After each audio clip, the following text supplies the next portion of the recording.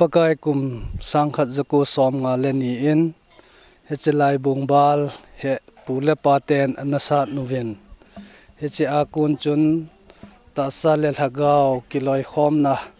pathin phat theibu na ahung ki changin heche church building project he kum sang ni le som le ni august tarik khatna heche building project he hung ki sapane hin tu ni october tarik ku kumsang ni le som ni le khat ni a he thin so na hung ki nei a he to khom pi lamkai masa building chairman hin secretary hin ama ho panla hat le tom ngai na zalin tu ni khu hin he che ho in hi thin so theiding in pakai pui hoi na zalin phat le ni khu ahung ki mangin hechi ho in kot hon do na hin pu reverend KSA boy ama he thim pu apang dingin deisa na akinejen hechi hojo se he pu la pate pathin gin na le pathin hinga an thum naw an mit li ho chu tu ni a he ga su a mit na mu le ta sata a to do a he ti he ache sa lamkai masa kholeweng anatung do masa pule pate ho pathin het nazal le ama ho mit hi lun na hi ji in tu ni hin keiman he chi hi kaga phun do a hi in tu nung ting jong le ula naw koi tabang he jong le he chi khosung le hobung sunga lachana hin tong hon pakai ginga pakai lam vejinga ta sa le lhagawa maban hin jom jing devin pakai minin tim na kaniju na he ka ki pa e tunini khuhin bongbal hausapu to holim na chom chana na yutin nom ta yong kholim diuhin ama sa penin hepa namin le nanu le na pamin nen sei pi thai diu ham ka pamin chu nun khula la hian kanu min ngai hoi a hian kaloi nu min chu nga hu ki ma he nang min jong ne hin sei pi o ke min jam hu kai ka he ai le iti kuma bongbal khu hi anaki sa nam hepa nang he dola sang kha yaku som dila ku kuma na ki sa do pe na he ki pau me khului khe khe cho hi tai na ai le tua hi bongbal khu hi in izat tabang hi chiang zo hitang to som dila ni ta ba he ki pau me thing thang khwa dinga khunum loi khulhing loi cho hi thoin na ai le nangin cha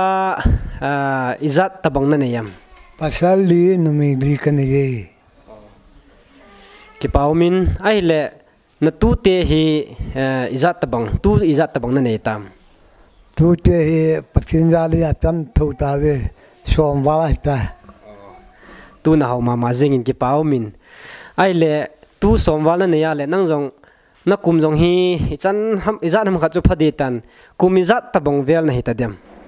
som segile ni kum som segile ni ka thing ta tu la ya dinga adam so loi na hi ta na ki pau min ai le tu ni hawin kisa hi kum izat ham kha chu na chi ta jong le tu ni ai hawin thin su ding hi ja hi king le ka nga hian lang hoi lang langa mun chum chuma hung kal su ho chunga hi ki pa thu hian lang ipiang le na sei num chang kha chang niam la ga sei ta dio ki pam le yengen che huin hi kum ko ta bang na ki sat pen a hin tu ni hin adop na alu na ki ni penen je de be ya ule naw te ho in ang yo shi in pen pi na e pi dung yu wa hi ka jo te he ti ka ki pa be shi yi na he ki pau min hawin zong kum ko lang pi hung ki sa hin na nahin sa sung wa hi itabang bang ha sat na gen theina na tuwam sumle pai a hi han lang ipi jong le ha sat na gen theina ho achule anup na ho them chak na sei thei dem ha wang ha sat le yengen to ma sa penin ke ma building chairman kan ni penen ngam pa ba ka ju think ka ju in huwa ko nen dang ka lak ni tabang kan ki pen ben kum thum te bang kani po in huwa ko nin ngai ma ka ta sa hang dam mo phanin meeting kani in wa meeting kani a ko nin hubung mi te ho ngan se na ka pe dung yu yin ama hon jong hoi la he jong le sum la pai hon na akal so ko vin wa ko nin pathin e lung se na kal so na wa jong awang phal he yeng vin sum la pa an pi vin wa ko na abanin nu te ho na poro pa te ho na poro vin hubung poro in cha pana chu athema kani za wa kan pen wa kan sau le pathin da den tuni ni kwan dop na akini the chi ka si do no me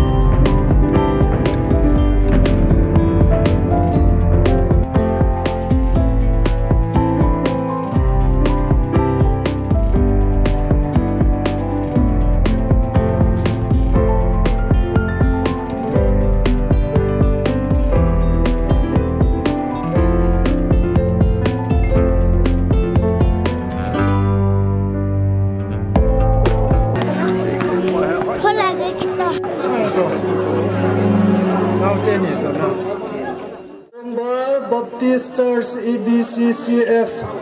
New Church Building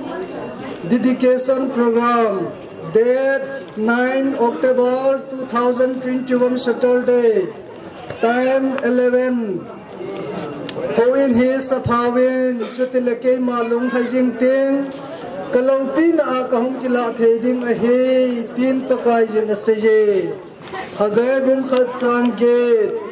Minister Reverend KSA Boy, Moderator, Recording Secretary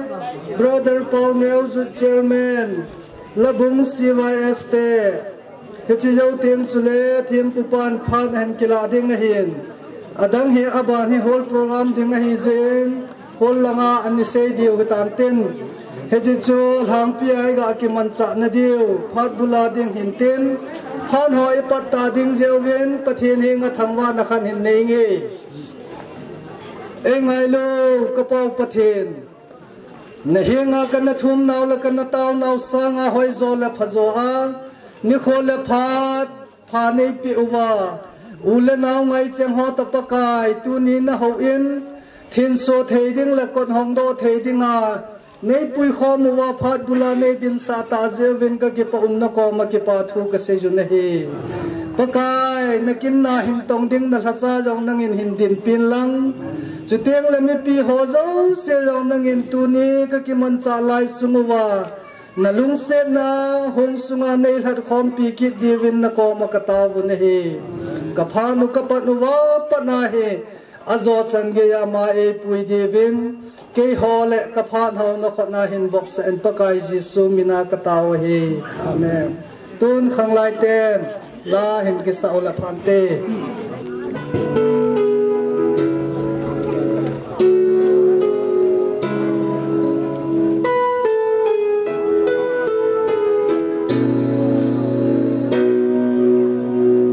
subscribe cho kênh Ghiền Mì Gõ để không bỏ lỡ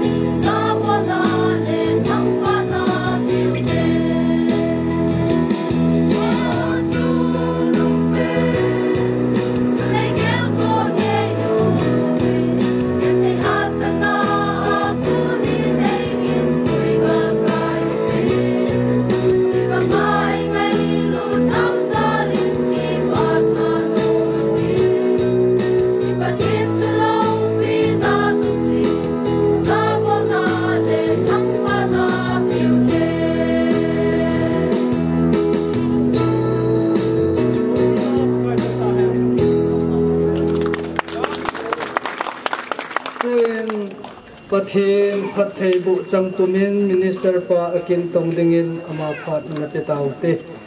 Ito bang kinlopi ta epe wa papatin thangwan umhan. Amen. Tuai supiteho. Pakai hata hukulam kaiten. Hitsa min anata do teni uhi. Hitsi kain hondoa kain simdo de hin. Ahin la education program kintupi su in sunga kitong de he tito kain hundo ta he. Tu hitsi pakai min. Hallelujah. To God be the glory. Bombal Baptist Church EBCCF, dedicated by Reverend K.S.A. Boy, moderator EBCCF, in the presence of Reverend Satnel, coordinator EBCCF, on 9 October 2021 Saturday. Patelo pinadihan, kintupi aci padiw hetan. Ito ko on nagingahin Bible sang in Simdo Imkating Psalm 24 verses 7. Bo kelkot Job say nalu kham sangun wo kham luya kisem sa kot piho ki kham sangwin lopina leng paso ahong lu thede dingin Pathin tangkadumhan sobede tateho Leviticus mungsom logo sang ni sivet na hele pathin mosi da mosi nasobi pa arun khu sepi pondal kida pa akal langa munthing laya kun amasam samin gamot luda hai Alur po politien dengahi di NSAP in New Testament kangahi Hebrew bungsom chansom ni achun Yesu tisan wanga muntenga lut ngamna inayo hitai ti he imutawene Yesun sopiteho kwei hilong le hicheho intenga hi luna pakai kin bol nom zo si pathen pathe achan the de ding le pakai raga pui hoina achan the de dingin pakai rasa Reverend K.S.A. Boy Keman pakai min theng ta panin hi se kot hi kahin hong do tan hi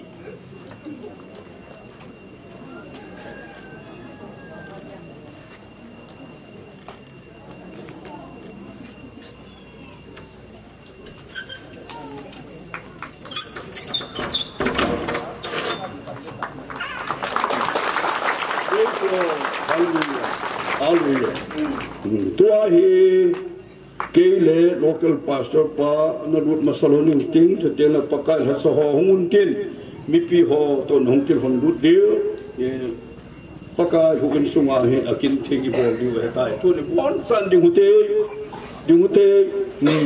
helang henjut dia hetai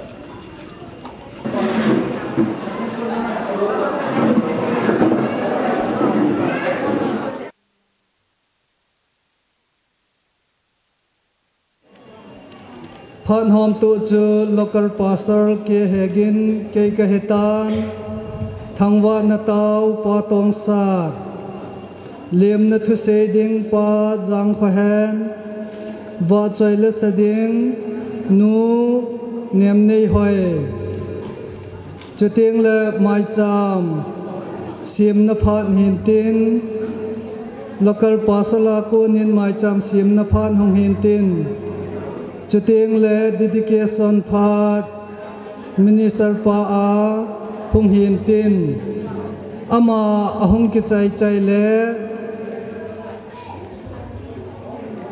pa te langa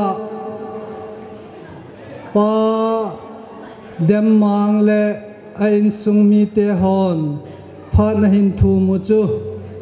minister pa phat ki chai ya ding in e ne ki gut pi uven lang Haulim na pa jam khukai in pi pu hin tin chutiang le hilai ka chun pa jam khukai in pi pu holim na ahong ki chai tiang le wa chaila khat ena ke gut pi divin nunga ning nei wa chutiang le holim na pa lam khulet hin tin wa chaila sa gol hang lin boy hin tin til khom na thu seding reverend sat neu coordinator hin tin chutiang holim na ke headquarter la kon hong hin tin chutiang le fellowship ho phat hong hin tin chutiang le wa chaila nu lam nei them hong hin tin report hobung secretary pa hong hin tin chutiang le wa chaila CYF te hin tin kipa thu seina building chairman le secretary a kon hong heding a hin phar khan le an kong so khom na taw na pa thangin hong heding a hin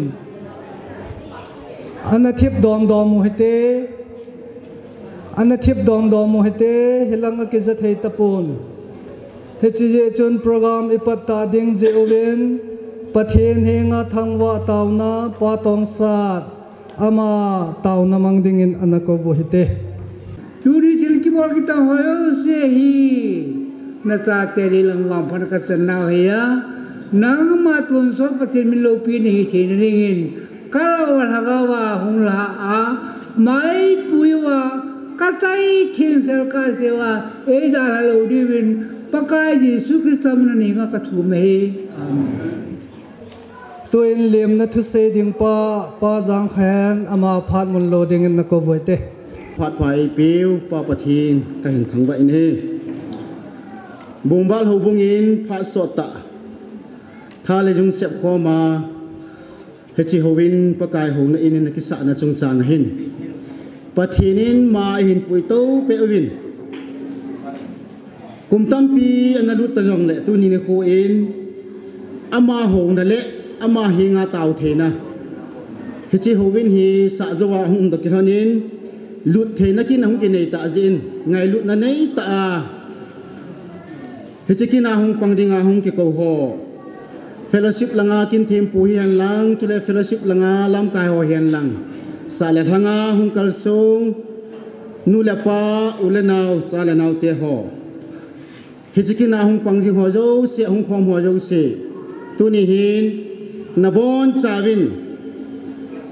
sibai ka hin bol zo povin hi zong le hobung mi pi ho ale na neu ate akhang amun hobung thal hanin keima in kalimu ve ti ve sa nan ka khot ji lang kan dom hin he na bon chawin pathen pathe na bo han lang hi chi ikinova ki mangsa dingin tom ngai tan achai na chana pang dingin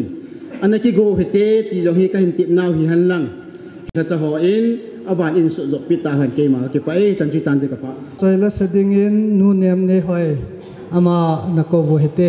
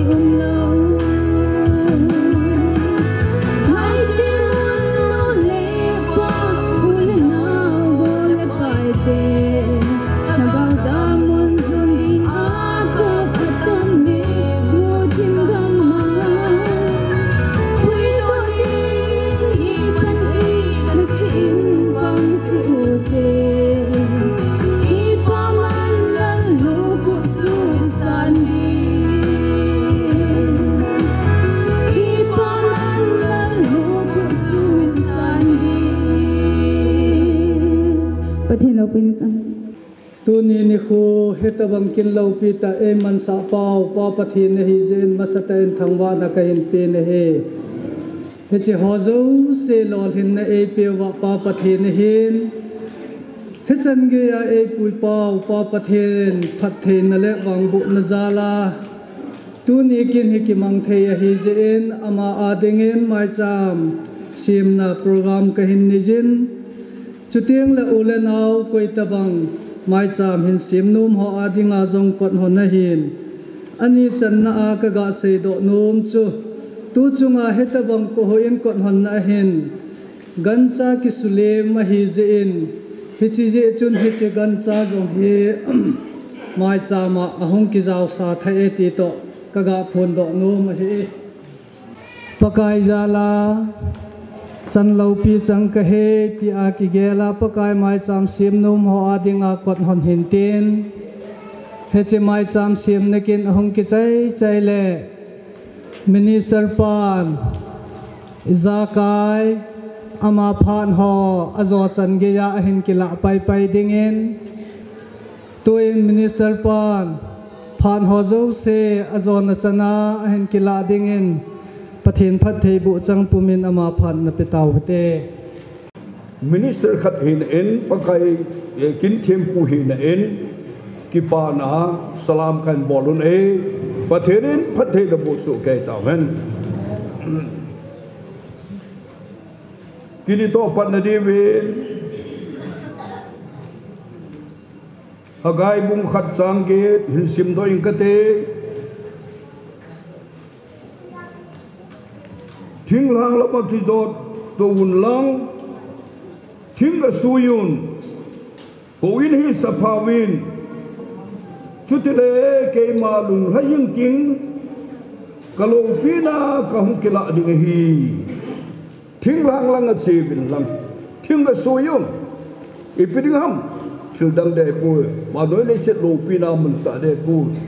Kay insa na ding Pakai huwin simpat na dingin, saapat na dingin, pakai unsa na dingin, tingga suyun, cutihan lang hilap, kay man kalau pina takilhona, kahong kila dehi, patherin atu atha, tay day mang sompi uhan lang, kinlopi tahi, pakai di banga, jiha na thay na dingin, pathen ko na pido na, pan itum na niuti. Wapakai pathen nang makan thangwa unahi pakai so pite hoi che bongbal ibisi church so bumi pite ho pakai nehen mansa ho in salo khodan alung thim sungwa pakai nehen kilan dosa hicha pakai ama ho ne le cha ke ho le sum le pai ke ho le pakai sele set hin khogal san pum pumahi pakai hiche hu in hi kum ko kum som lang hi kisalala pakai hitam ngapat la na ho kamu do le wo pakai krista ngai lut na mo ngapan en lao he ti ke heaven panamin ka thong wo hi hiche ho na sa sungwa pakai kina bautam na cheteng le lung hi mo na lo wa ki pum khat na ne ta kilung khat na ne ya sam de la hiche hu in sa do thei un jong pa nang malam kai ne heti ke heaven na min ka thong wo nei wo paka tu na heti kin tong dinga hi paka kilom lo pen he jong leng paka na kin tong dinga thau nu ne na chan sa tu ni program no paka ke ya dinga ne ni gun pia paka na hazate ho bung sunga ho ma ho lung sunga na hin gel do sa hitawang chan lo pi ta ne hin pi yen pa na min ka thong we wo pakai kay ma ingan silowin pakai nangin kay ma hi ay mang sa joa hichekin thupi ta hi nang do ay pakai hiche panhin la nangin hichekin hintong zo digin no kunay kahin piin ehu hing pu Jesus Christ amina kata hi amen kay man izima ko na iser chate kahin pui do apan hin kay hi pon bua kapan sa yingin Kong kizon le in sung kong kapu. Kain sa lo daham tin agato sa tani. Ay napagkay patherin patom khat zo sun parisan gam khada che zo panin. A program sa hin khelin. a plans and caring pakai pathenin David chu au in sadinga anangan sena chu hichepa chu David he disqualified and hasatan David nang qualified na ito kau in sadinga hen nang mahi qualified na ito po iyanan tila nang hi gal na sa taasa na sisan hinsuha na naku na sisan su naku eh iya sun nangin kami na kahuin sa ada oding kiti adi tay po iya sun David nangin kain sa alo de monsun kain sa adi na titay hijen huin sa adi kiti may tuhilo Memi ni to ading wakin tupi penta pakain leng in khat suga sadin thu ne pepon primary sadin khatin thu in sadin thu pepon ka in salati leng khat in sadinga anangan sia ama qualified ai yolo pha na chu achapa anangan se ki na pathian ne san ge ya chu win hi anangai sang ye chun hiche huwin hi pathirin Psalm number som khat sang li asum hiti het na sayin Psalm number som khat sang li ahi pakai chu ahu in thenga achengin wana alal tong na kidon amit teni ne hin bezi ne chani yung na to na on sa he ai Krishna ngai na keyo pakai Krishna na daw chen ai tim khat kai keyo pakai hu na kai ni ka kai tada ka na chai ni na kai ni pakai ni pakai pakai mo na chu na sa sa le chen ni kwa na to na on ni ko ni na pakai mo na ta ni chu ni ko ko ka ka Jesus wa si ni to ki na na chu na te na pakai ami de ni be ni ta na ko ni sa ni ha kai ni ko ni ki pe au ko win kai ni na ni ko se Isi pula adalah perintah. Sampai jumpa dia pun, ni halang ada yang perintah dia ada. Tulisan ini Kristen Cina. Pakai hubungan tunai sekumpulan kontrol. Cerita pakai hubungan ini. Kita ada The fellowship with right people, by one side, you might take me more if I form you. Tomorrow, not you. So, from the head of tomorrow, I form you. About how he'll leave me, a tomorrow, I start. He said to me, so tell her who I need to put up a given home board. He's the one who left. He doesn't. Amo kopati zana itu. Ya sila punya tahu kan. Amo kopati di berkopati ini. Kristen terus punya tahu. Yesus suci itu. Kopi ini. Pakai ini orang Yesus. Pakai tahu ini sengi. Resep kopi cek. Kemudian itu. Ini suatu sesuatu yang jadi cuma pada ini. Kita tidak bahasa ini sahaja.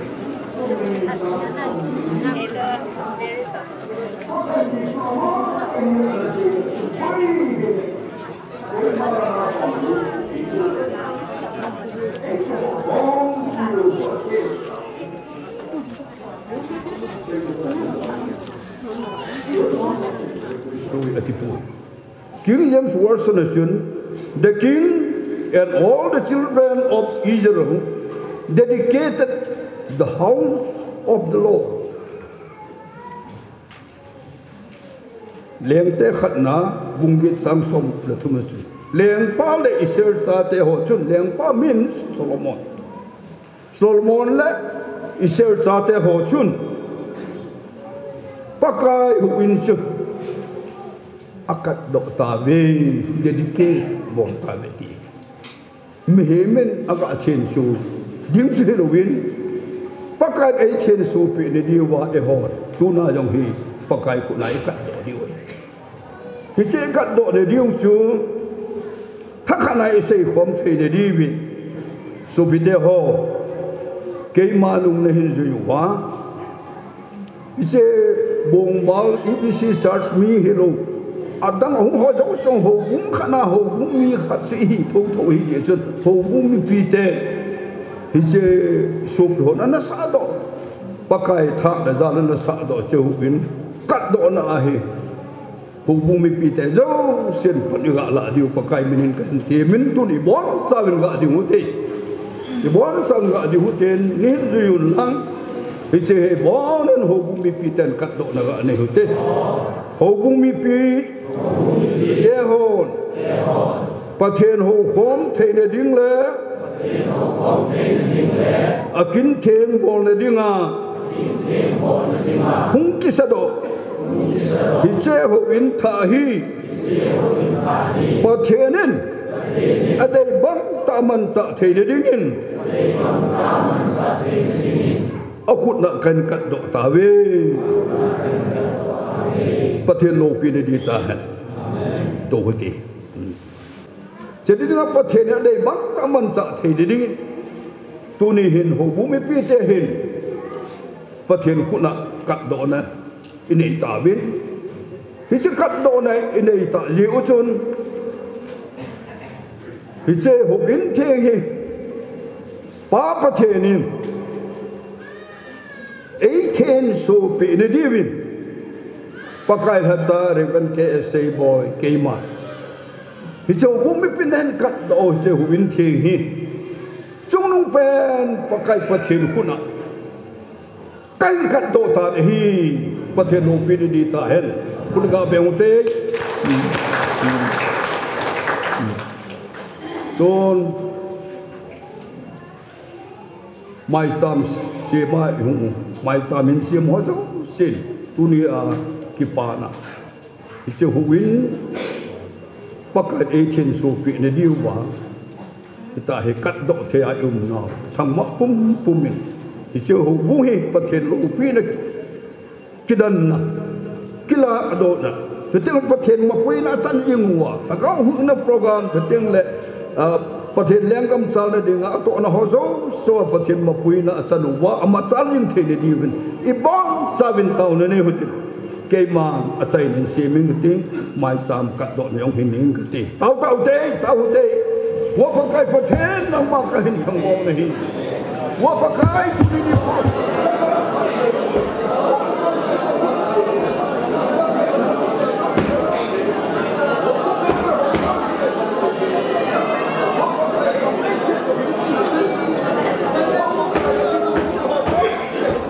wa pakai mai sam hung ki sem sum la pa ya hin ganin paka hiche chisan hung ki sun aku na pakai mai sam hung ki se pa hin ji na su thenga na man sa ding pakai na khula khan ham do in ai hu him pu Jesus Christ ta mina ka ta wo hi amen hallelujah patelo pi de ta hai pa dem mang le in sung mi te wa chai le sading in ama ho phat na piu te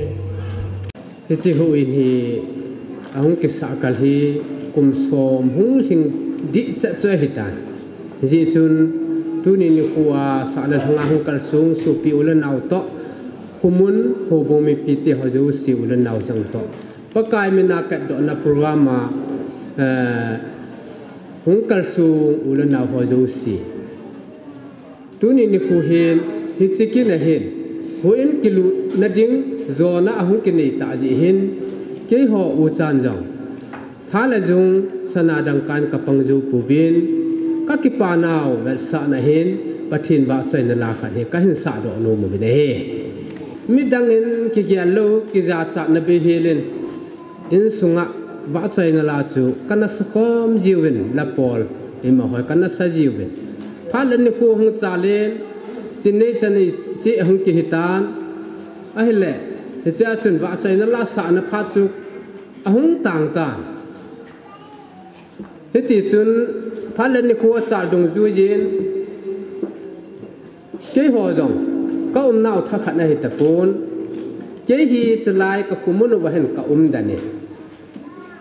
ama he ka u a hin amin chu hen khuthang a he ama he Churachandpur murdunga acheng ne he kip gen viang kom chana khot ama he le kanau thum pe na hi in amin chu dam khumang ke sarbung kom es tur janga lam nu ya khon acheng ne he kanau ke nu ya pa he le hen tui bung CFC hu in sa PS ga akun acheng ne hi ye chun la sa thiam wang ka hi puvin neo la hin khu a chu sorry amina hi le lal khungam a hi e kang ken no ajak da chun amin chu kan chok khu fa he ye chun ka thiam puvin hi jong la ki pa na za la sa ana thanum te su pi ho chu ka hi win pathinin ka hin ko avyang binin kum som lia ke pa kum song gu ke kal ka mi ngan sin chu ka hi tawi pathin lu pi na chang han lang ka hin la sa diu chu final judgment thu tan na len chung chang thu do la hi in second coming a hi in si chu ka hin sa diu vai thom na mi lo pi hung thong hi pa koi sum po na hung ki ye nom tin tin ka hung ki pho pa koi lan to na sang lam va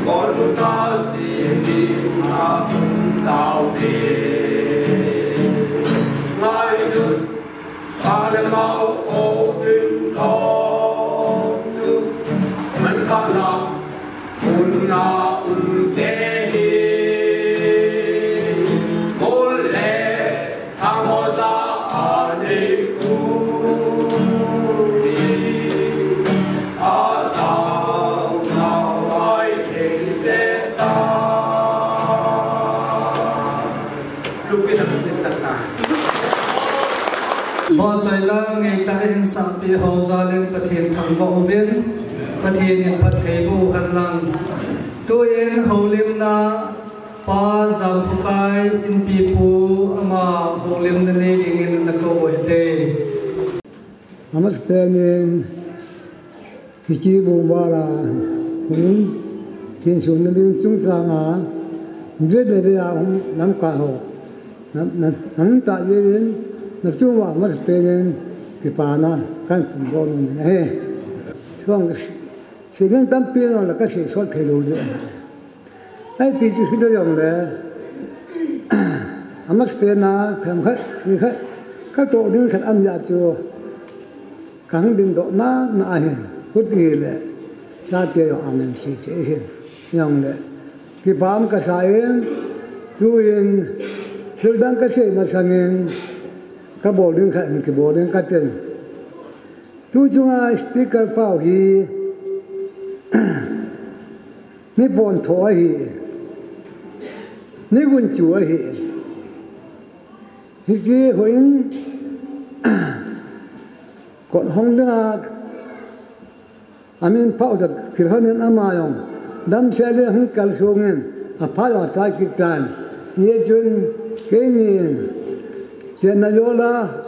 hàng sẽ bị muốn khách ác kỳ như chuyện bốn khách in này pin in sự biến năng am ai không được cái bản cái speaker phải minister pa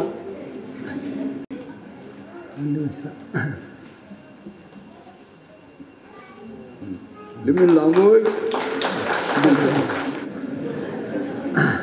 Các cụ tiên rằng về như đây cho nó cái chỗ khô áp kỹ này, chỉ là ấy coi vậy, lấy là cái nông này sai rồi.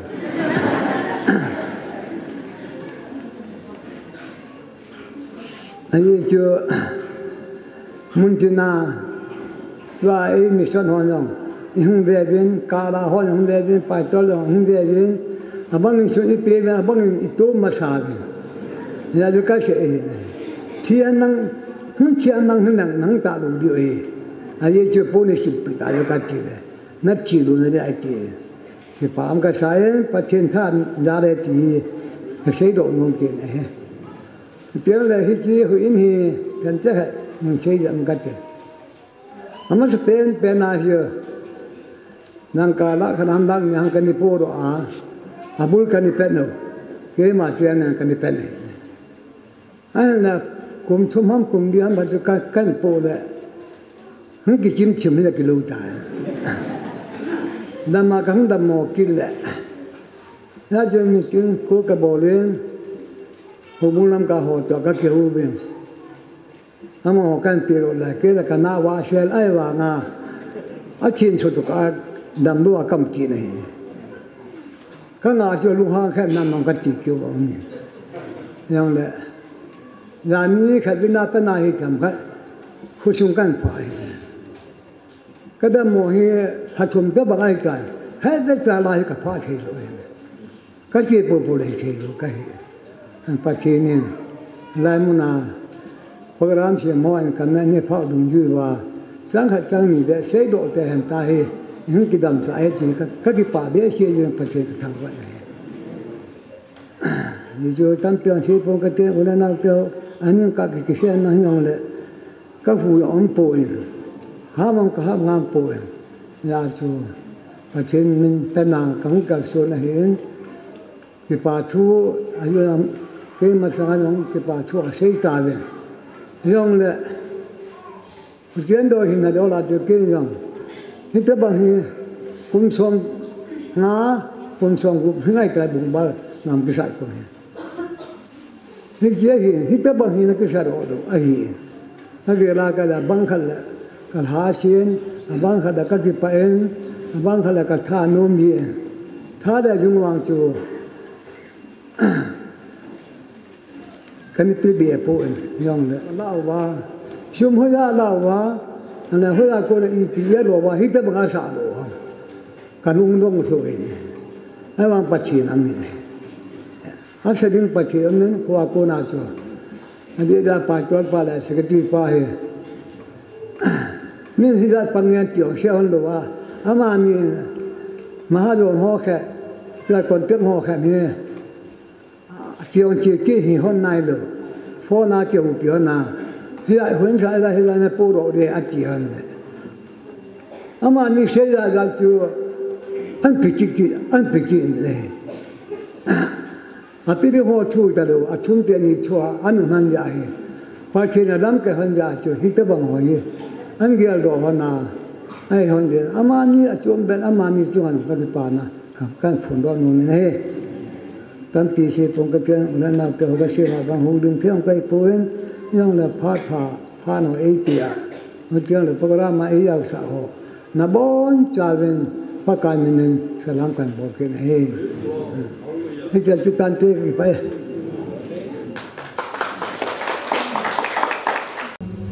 ตัวเฮนุงะเนียงในว่าใจละสดิงในกิกอนตินaban banai che deu hobunga phat mangnum jong e je oven phat man thim ta amang denga aniki gusu ke dingin kahin te movin tu lai he phat man thim lo koi maum ta lo hen he jong la che ho jo se chunga athim pen apang dinga aniki gut dewa kahin te mo he nilhalam ta anne phat chu pungni le akim kitia hen he cheka he program zote te ding phathum ho jong chang te ding a he eniki go devin ikiti movin to en nunga neng nei wa chaila sa ding en na ko boete pathen wa chaila ka hin sa ma sangin thu phat so le jong le tham khat ka hin sai no min azi chu ka ki pa zala ka sai no ma hi in ke in sum mi te zo se da khela ong ka sai di hi in hi cha thu hi ke ho in sum ki lo pi sa na le ka thil bolu hi hete te u hen tia sei di ka go he po in ka ki pa zal le pathian lo pi na dinga ka hin sei do de hi in phat so ta apat hi chlai ho in na hung ki sa ti la pat hin ke ho in swing zong thale zung ai lo le sum la pa in I ma cha pan theina ka nei po win 2012 kuma pet chun zion veng ti bunga kon in bahara me ya kana cheng ovin hitlaya chun ke khopna ke tu po in ke khopna min la lu zong kana nei po win KBC a chun hiti chun kanop pha le ka ke khom ji win kanop no pha le ka ke khom ji po win azi chu ke khopna ke tu kanei lo ji o chun a hi le ke khopna ke tu kanei lo ji o chun kanu le ka pa hin lunga hin gel hodin ke khopna ke tu ba om lo ji in cha te hi ni la asin in sumai cha ma hin ke pui han lang hi le ti lunggel a hin nei thonin 2012 kuma pat chun in sunga hin nila asi le hin mai cham ka hin se mu win pathil no se zalin tu ni chan ge hin ka hin chi pi win khat ni nila khat ni tha ni ho hi buina niau cha cha ji hin kana sim thei ji po win hi jong le pathil no si na zalin nila asi hin ka chi jom pi jing win ai le hi cha ka taw nau thu pi pen chu ipiham tia hi le he chlai khusung le veng sung ho in sa lo dinga hin pathin ko ma kana ha taw pe no win azi chu khusunga hin ke ho zong pha sin kom thei po win atonga thamin zong ka pang thei po win chu zong le sumla pa in zong ka pang thei po win ning sung mai cham taw na pathin hinga ka gel do zingu ti lo bol the I ma kana nei po win ni monday ni tha hi in sunga dinga kana taw naw ni tha hi in Tuesday ni tha hi missionary zo si dinga kana taw naw ni ko hi adia Wednesday ni tha hi hitlai bungbal khusung ding le howin sa do the ni dinga kana taw naw ni ko chu Wednesday ni mong hi in Thursday ni tha ko le chaga gen theo nya ka taw jiwin Friday ni tha nu te Saturday ni cha te ding Sunday ni he le hapta lung ke pathin mai pui zalu le mai pui na ding wa kana taw naw ni ko hi in pathinin Hello te in sung ka hibin thinglo te in sung ka hibin hizing zong le ka taw na ti ho ke ho in ko bo ka taw ve ka tin a hi po in kana taw na ti ho chu pathin in tu ni khu hin lo pi tan I mu so wina hi le cái pa ma jing win ke hoin sung jong bol the nei hi uzong leng ti a chu ke pa thu long tham khat ka hin sai hi in hi chu hoin hi pathinim pathei bu jing han lang a ki khom zo sin pathin lo pi na amul jing na hoin sung hi the nei dingin pathinim pathei bu pi ta hen ka ki pa na zal le ka in sumi ti ho zo si tha khel lenga ka hin khela ka hin sa num cho hi le pathinin ka taw nau asan zalin ka taw na san jing pakai pathin ti la chu sai nge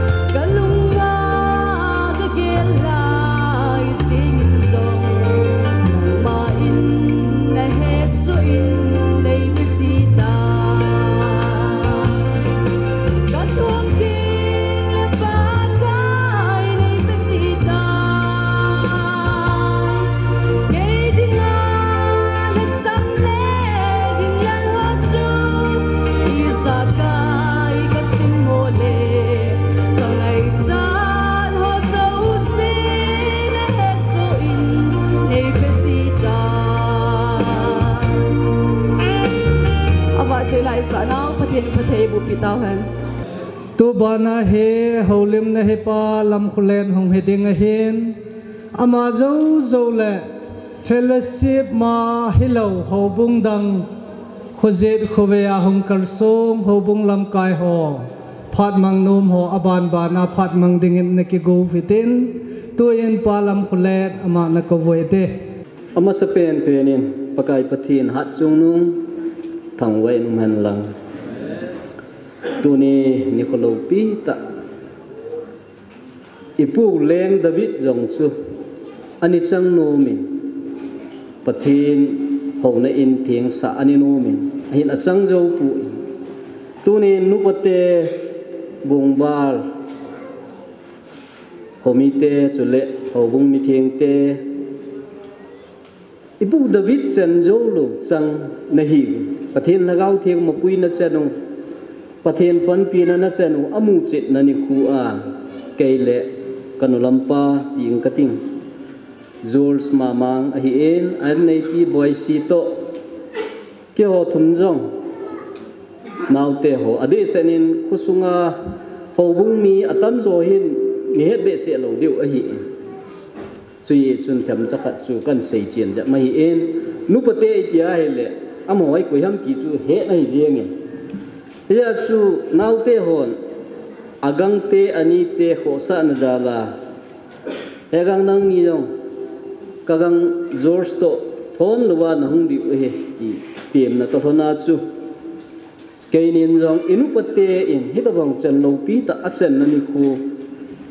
ฮิจเลสิดดัมสุงาตาเซนจาเตเลสินะอัมสุงาอมองตะโลดิงปะเทียนโฮนัดิงอินทิงขัดสาดอาปะเทียนอางากัดโดนันิคูอากะยาวดิงสุกิปาเมกติโฮนิสุยจุนกะฮงเวนอินุปเตกินาเจดิจุนอีปีกิใจดิวหอมกติเวนนุลัมปาจอร์สมามังจุนเฮลจะเบลลินตาขัดเกินโซเงตีกระทุมวาริงจุนันโซอินเฮจิจูปามลังกิปาทิลปีโดลนาจุนกะกวยตาเวนุปเตกิปานานิคูกิปานาฮิดีดียงเลยสิเดนกาลโซนาชิตัมปีโอมินอดีอินฮิตบังปะเทียนอินเทียงสานากาลโซนะฮิกาลโซนาโลปีตาขันก็เจนนัลุยลังูจ่าสัตเลกามจงจูขุขัดอกิฮีกำกีที่จู police โฮเกตบุจุนิขันว่ามโหนากาตั้งคุลฮิวินหลังจูเอมิลังกิเจงไออามาโหจูอคุลินดานดานุจูอินสังลังปีฮิดิวไอเฮาวินจังเลน่าลินอากูงวินไอหินสาวินไอเลอาสากิมดอนวินเขาบุ้งสเกตาเขาวินสัจใจโยลวินกิบอยน่าอินอดิ่งเดินตาวินตัวนี้ไงคุณที่จะเขาบุ้งเขาขันอินอัมเทตทีละมันอัตัวลงไม่ถูกไอ้ดำตลกที่ตัวบางอาจูเขาวินกิสานะไอ้เราเลยปะเทียนอินเทียงเขาวินเทียงสานะเห็นเขาบุ้งกาลาละตามปีอาเกจงอมินอาเกลูจงตัวสุงาจุมีงกียันโจลเลนันจีฮัมดอนอีพีฮัมตัวจีฮัมไอเราเลนี่โคตรตามปีกิสุมังอหิฮิโจจีจุนแบบนั้นตามปีอินุปเตคูตาเซนจาเตหูบุ้งหัวจุนอันโนกาลกายว่าปะเทียนจาลาตุนะหูบุ้งจงเกตโลกุสุงกุเจนจงโนตโลตุเนียนปะเทียนกินทินปูปานอิลฮันโดปิตาวินอิจเลสิดดัมสุงาจุฮิไลปะเทียนินเทียงอิมันดิวเลยอิจาดิวไอฮิยาจุตุจาฮีนตลอดนาจุอินุปเตกาลโซนักิปานะอิจิดิวฮิตากะฮงจิอุนอินมินภาวนาเตโหอินสุติงเลขุตุลาจิลเวียตาสันกัจจันคอมพิโหโหบุมิเตโหโจซีหินตูนีอากินเทมปูอาอิปอนปีปูปะเทนเลจปูอาหินโหโจสิจุงอากิปาทุกเซยินอาตุมเบนฮิจิคุบุลสุเตโหสเตจุงอาจกิปาทุกันปูงินจุบานินเกโห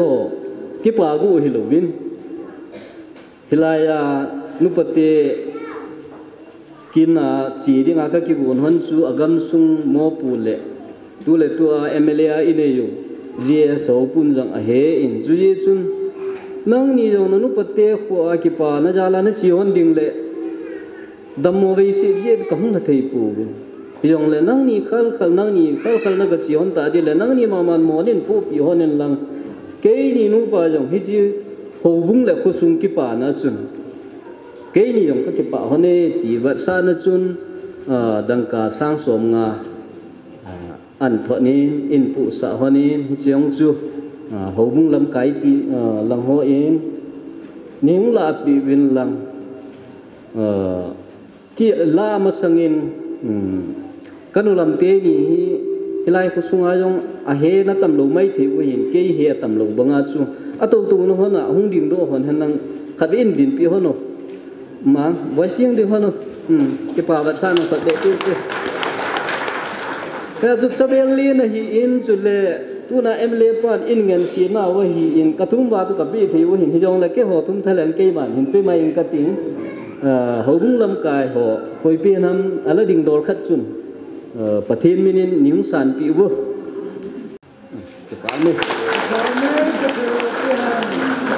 ki pa thu hi in seinum tam pi ka ni hi jong le tam da se hi jong le nu pate ko ma tu te cha te ho jong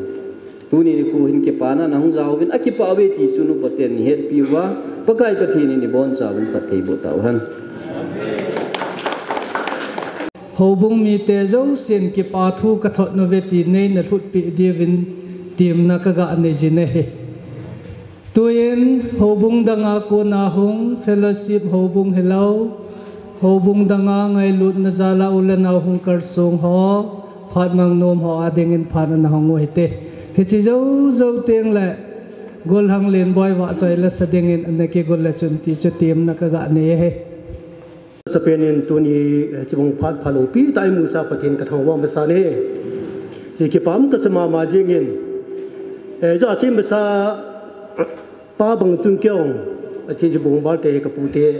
ti nei sekan pung do kinin ngoi phai sia ho bumi te akuna kal kamulai tong sun kyong ka ki pa pi ma ma de win tunin jong yesun tunin di miam lu dei bang hile hubung mi te tam ta hung de ka ki sa hi hi jong la tu ni gel jang hubung a ho sa teo asa pa jini ji chun hi ti ka ki hom so ke wi nai le ji zu ke chu ya se ma banga chu anu ba te kho ti da na ke sol ke ni ven ji meeting ka de na wa chun na gel jang pen ji ke ma en dot khum ki ta win ai la kyang kho poi je patin za la kyang ki pa thu ka se yin ka ting tia se khong den do en ten tunin ho bu mi te ka kyo na wa chun til ne am sa hi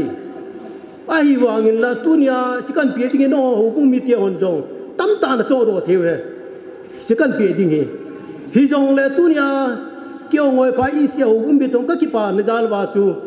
hi chi war klo khan ni eu cha yong la pa the mi na ki pa ta ni san pi ding jong a ve den khong taw kin ni isi ki pan jala ki konda pa ti ase me pa ti da manu sa pi ki pa min te hi sei ki tele da til neu cha hai jong le i ho ding a phat het na hi ki nin na phat ki het na hun kai phat jana to phat ai mi yong sa ding a so phat ne hi ki ja so tunia ho mu to kan ke din tu na sai na go lang alal ta phai mula umpan ki patin va sai la ngai ta khana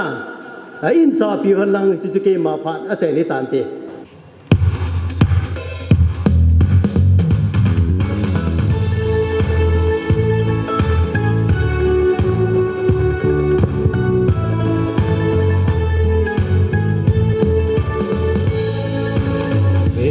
sun ei ngai lu a ki da se mi hình để thinh nghìn sung đúng bên và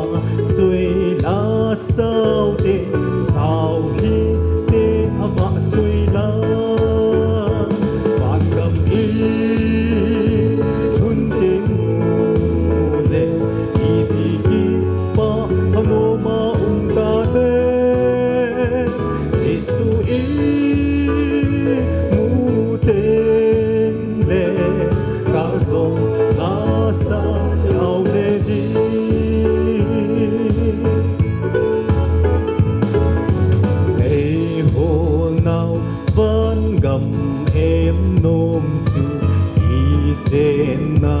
ding u ahi zen na in no ai gom pe ui tun so a chu ta lâu ding ban ngam i thun tên le i ti ki pa panoma ta de Giêsu i mu tên le ca zo la sa ao le di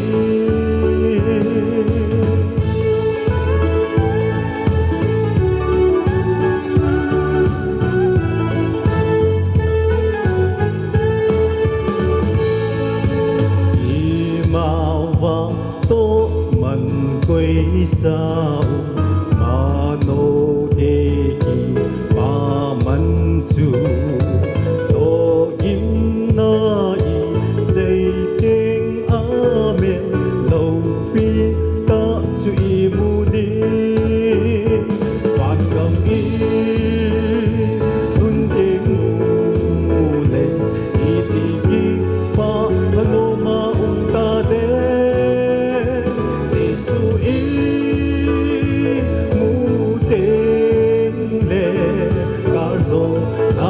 sa ao le di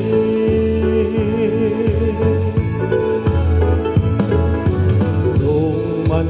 tam cốt bi a hon de ban ku pi sun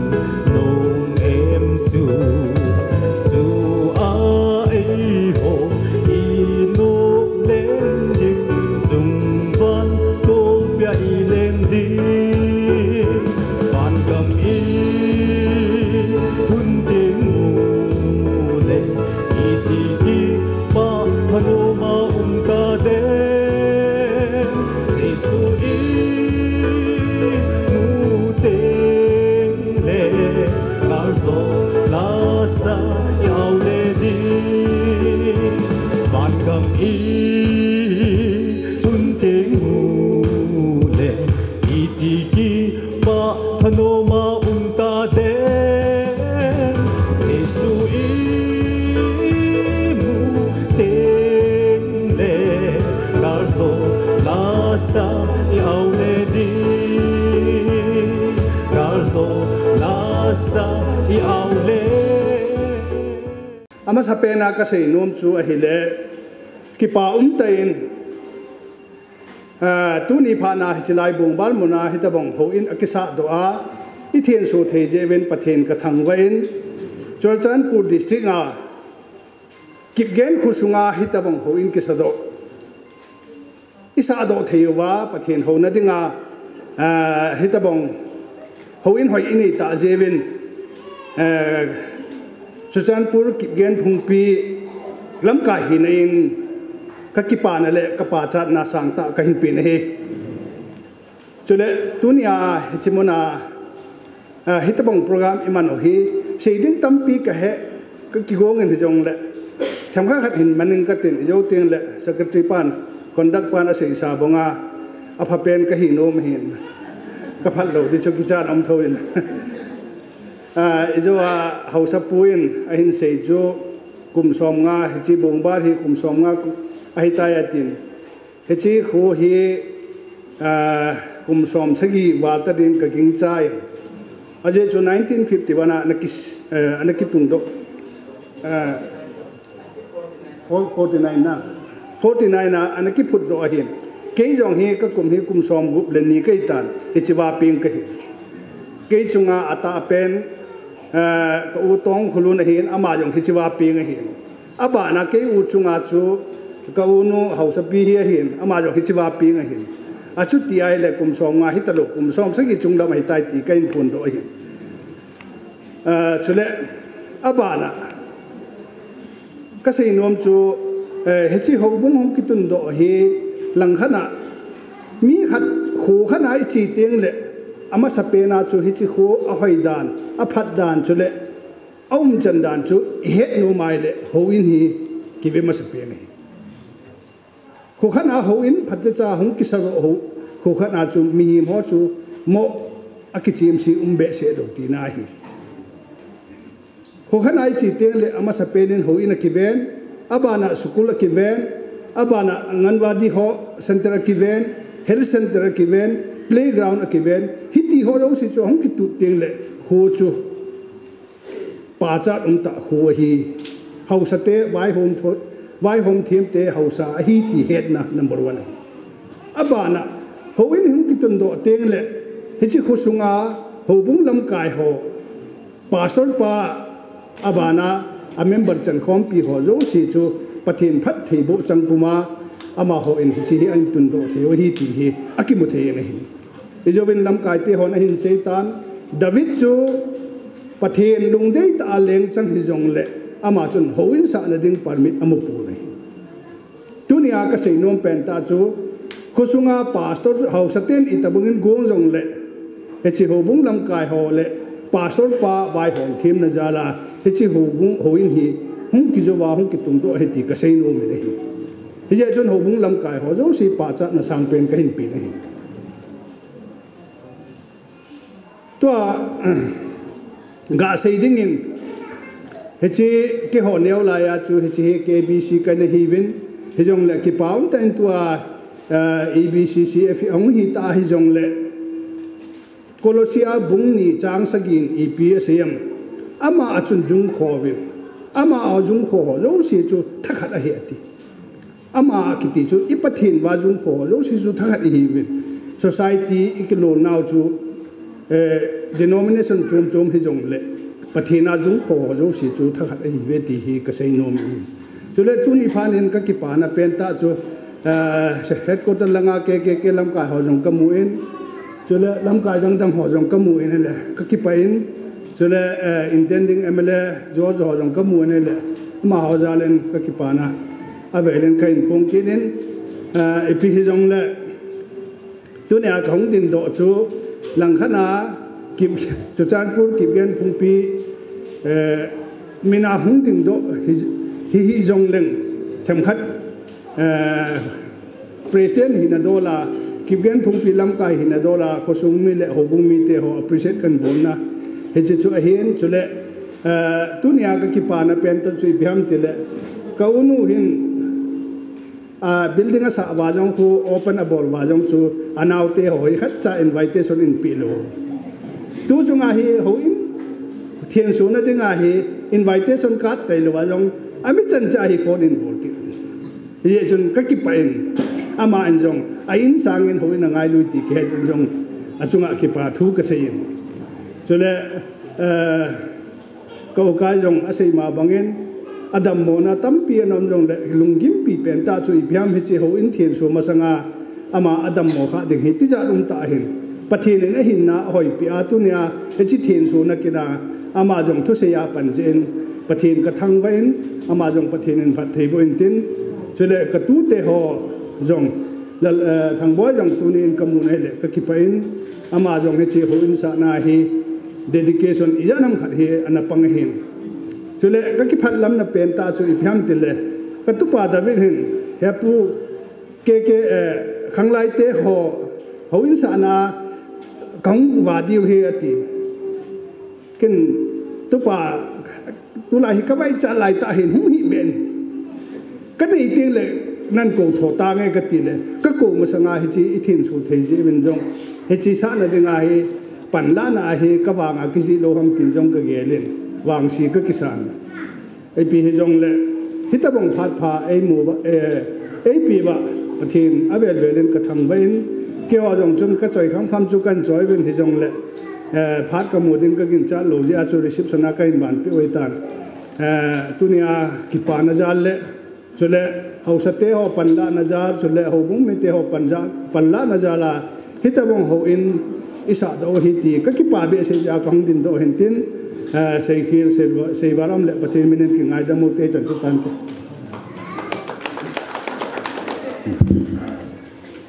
mas peden ke ka hi le kip gen veng bapti chur sa kun ka hi ti chu ga phungin ta sa le laga wa ngai lu num ta bungbal baptist church so he che to bang ho win nan sa hi ka ve ven hi le ke ho jong ka ki pa pi le jeng ven ho win na sa jong hi thà là dùng in hung pang thấy dùng là ngon nó sa dùng về thì dùng cho cái nó ra dùng về cái ngày tu sang in là gang về hạt cả sa in về lom tay hỏi tay nó sa sai về nó gang thì là mình cái tiền nô mình cái ba sa thể riêng cái này cô nó để khá cái mù chuồn kêu dùng cái ba thể riêng về tu lại kêu dùng hậu vinh isa dừng lại vào hiện là heaven kêu dùng cái bồi lại vào hiện thì dùng lẹ thì sẽ tao bằng ngày lút câu này mù vai lẹ cái ba pina tuy cao xuân thì đi về thì chú kêu lồng gel dùng ở hiện gạo cái xây tâm dập lẹ thu phan mang thiêm đã xuân cái giàu nôm thiêm dùng là chấm thùng khát xây beng cái gì hậu vinh sao cái hi thiêu nôm mà hi pon mi pia dengan jong anum pon lam kaya dengan jong anum pon insa kiti mong hi koi ta bangham changwala in sa ho chun ane jo ho chun kum khat kum ni agang jala in lo pi ta ta anatun do hin ho in kiti wang chu kum khat kum nya tung do ai wang chu ki kha dingin ka ta san timin e cho jong ko kum nga kum gu ko thong ta zen ka tung do jo pon ake yong tu le tu ai building chairman a pang ka hin ngame nehon jong ne chimta same nehon jong ne chimta la fish ki bol je VIP a pang ho jong pang chim gam ta chief guest a pang ho jong pang chim gam ta aya la ho win chu zo lo hi a cha ban chu bol jing ding am tha la jung keu hi chol na hi pon zum la mai mo hi pam lam kai ho dang ha sa ta tam pi o me he che to bangan na hon hoi nan tun toi ka pa chan ka ki pa pi the jeng ve ti tu ni ni khon ki ben veng ho bung tha thenga ka ga se do no menten ka ki pa ve ti chu kam chang ke hui lo ven ki pa pi vet sa nan thil pi khat ka pino mo ven te se hon zu pe mo va pe mo ti hum bel kang khat ken po ven ho bung en man na thei than na man ti wen ten ka loi ho khat pen nin je ni cho in ten tu ni kwa ho bung mi jan ni se de wam piang chu ka ki thon pi ho ti lo si chu ken ka het tapon nu men lang cha pang hen lang ni pai jong la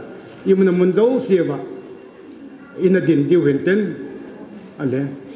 anai lama lo ham phan mang thiam lai jaw gut de diu hong choi loi wen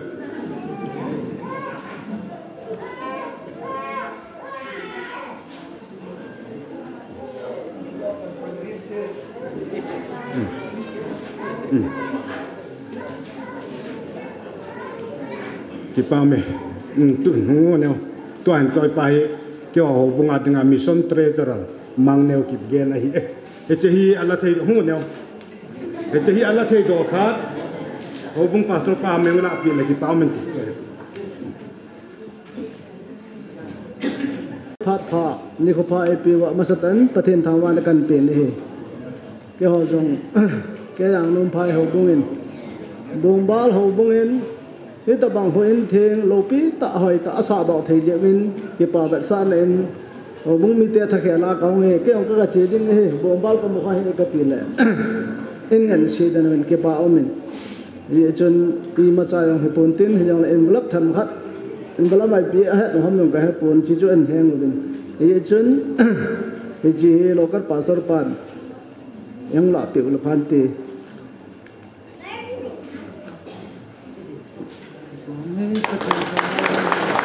cái phải cái phải chân chỉ tan đi ama sain dam nang pia ibia pesen ko lungdam thu ka ma sadian la phat kin chi wa phat kin het ki am hing te kin zag go wa voi ma te la khanin ka thia ta kal pe ni cha ki pai lelin e mi hing te ki kin go ki no go ki pal pu go accident as loi jom chum na lai ta jen hi phat kin hi lo mi hing kin thì do đó này tu ni cái giống hi hạt tuồng tết khi láng phải cái hiểm nếu nấu hạt các hàm mấy gì nào và hàm lộ lồm trên khóc sam kêu là ding ngạc ding ta lo chứ cái gì à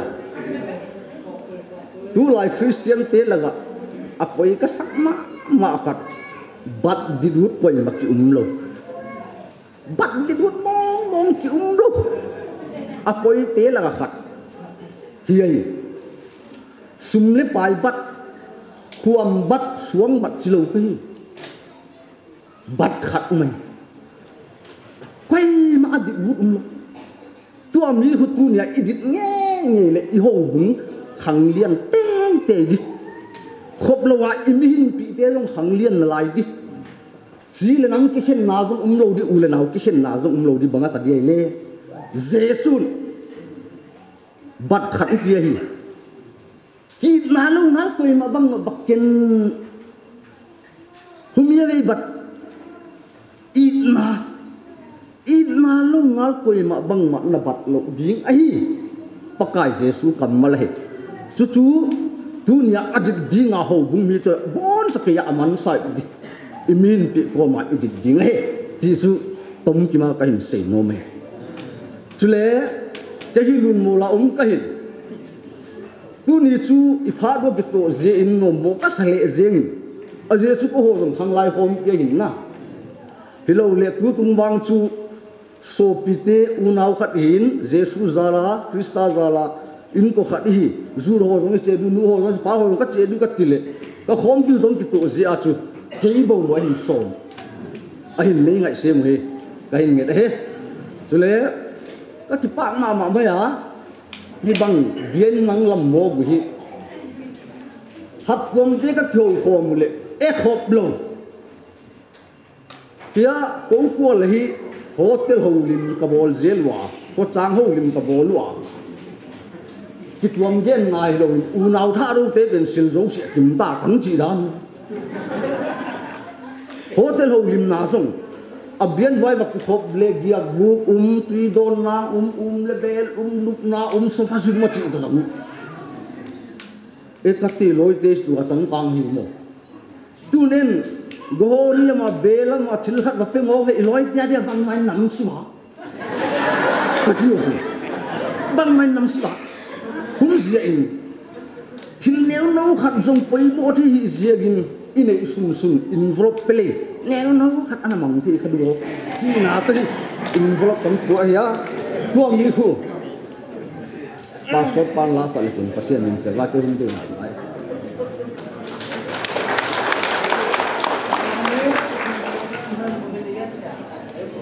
Wajaile sadingin gol hanglen boy na ko buhete.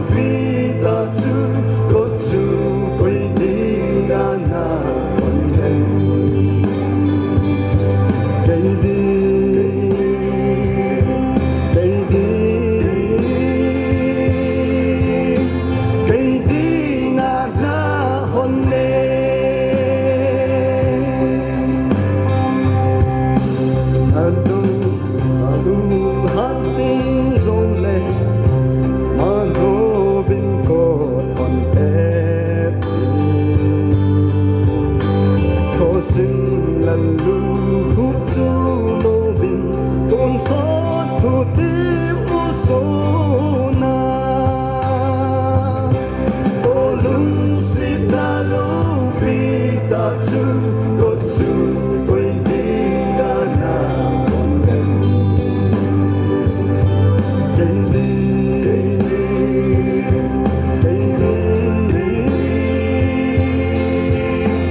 cây đi na na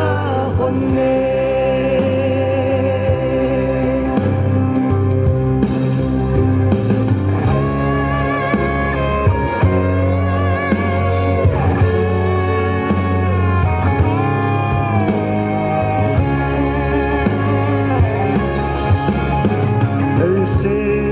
cross buông sông leo hen lùi gà là y tổ quay hình na lần lu hu y san điều và na ngày lu na buông đi ô lung xiết na lu bi ta chu có chu quay đi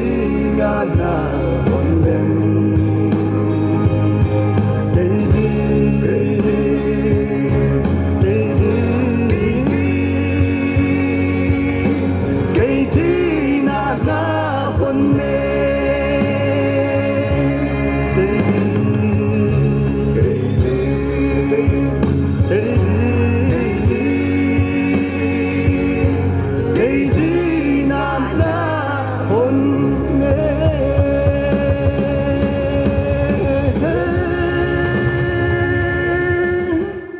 đâu pina pathin sang ta tôi en til khôn na se ding coordinator pa pathin phat thei bu chang pumin aphan mon lo den na ko taute amasan pitabang pathin hobu ho in lo pita esa do sawa sting la tuni hondo na le thin so na kin lo pita to mor so a theina dinga mai puyu pakai pathen thangwa na sang pen ipe bin he EBCCF kiti chungchang he lamka izat ki umzong le ami mo pen chu ki hiong le tu tua mo pu na dollar chu administrator khat hin in achom long ta in hil chit na ka hin nei no men hi chon hi chi phat ka hin la sung di chu til khu na pha chon a hum pui ti chu nei na he pi di ben ka hung ta ma sa ne hi chon a doctrine pa hi biblical baptist doctrine ki chi pi nom je a chu baptist ti kimin von thu chang hi hin ki koya baptist ki ti ting le chon bi hin bible thanei na biblical authority atin tulai vanoi hubung tam ta in bible hi pathin thu he titaloven bible hin pathin thu aume atita wang hi pon a hin la pathin thu ai e cho hi le ama chang ki vai pu amun hobung autonomous local church a ki chi pi e ai la pathin na to chal thina dinga chu fellowship ti a ki loi kho ma hin ai la autonomous local church ki chi pi e thumna chu pi pathin leng them pu ata san priesthood of all believers akitin sa pa wacha aban kina ti hi thupi ni baptism lepakai anzon tuilu lepakai anzon he chu ako do ki hin chu ki chi pi abana ai chu ichang che a hagau cham ha individual soul liberty ki chi pi aban kina es so hi le su cha na nei sa hu bung men save church membership a ki chi pi dai hu hing na nei lo chu baptize bol lo ding baptize ki bol lo ho chu hu bunga member thing hilo ding ti su ki chi pi abana ti hi to mun len ni ti chu pastor le deacon a ki chi pi dai hobung chu member ni le thum cha hyong le Christian atipuma atundo ama lu chang hin a atundo hobung hi a chu member chu ni le thum cha hyong le Christa hobung kiti hin tuni til kho na a topic ti chu thupia ka hin man cha nom cha he le ho in lut na ho in thin so na kin hi tal honen ho in kai poi mo dan ho in thupi ta isa ji o hen mo lung mon jing kum he ho in ikai te ka na za chung be hin ki pele alhang pia tu lai ba noi mi tam ta hin thagau hu hing na pa hi pathenin lung sit man ta san wa nga abai pen ta ei koi pi oi a hi le hoin hu hing na hi ha sa ta ni holo gan thei te ni holo bai ta mu ding hu hing na pa hi ha sa ta gan thei te ni holo vin na ni mu ji vin I mu te ngule ha sa ta I kha pe a I ti chu ma pan la na ding nitin Christian in ho thagau hin ko pa hi nong ta aman di ti ji wa hi le ga la ki le ji ta akil ham gam ji ta yes tu lai mi tam ta jong thagau hin ko phatake cha mana ho in pon tho ta kai ding pa sa ngai ho in thu pi ta nei ding ti hi ki no mai e chon tu ne pakai ho in chu igel thu pi u chu ki pa me igel thu pi dung zu jun pakai pan pi na zali sa do ta ve ani chi bana pathin na de chu hi chi ho in lim no ya he lung na chi ma pathin wa choi lai sa de lung na chi ma pathin e ho de lung na chi ma taun e man de hi chi o ni hu hing na nei lon hu hing na anei na ho in hi ding lung leng vai ti adinga lung ki chol do na hi ding thaleng vai ti adinga jong lung ol na hi ding aki pa lo ti adinga ki pa na iman de ti chon chomlang ta ka ti wa nga chon ka hin la sau za tan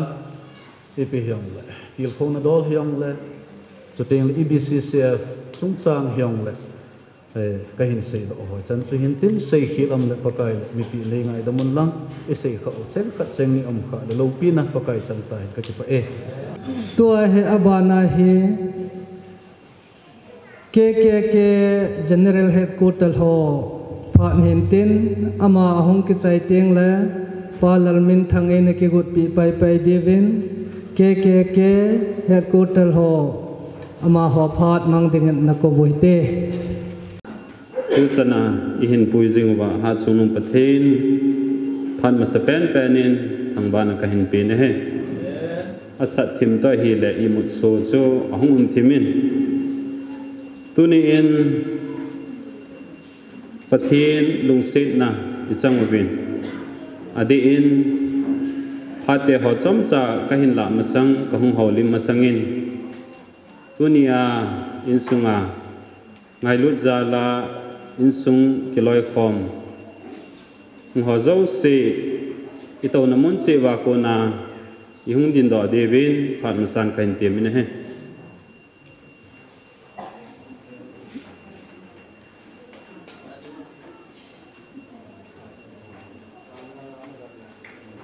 adang zong pamlanga ongmin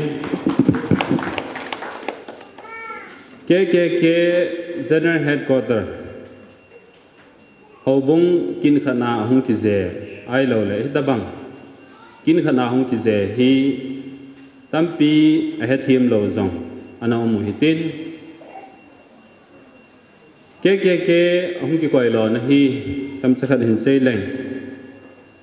phat hi ki hon kan ki thum tho wa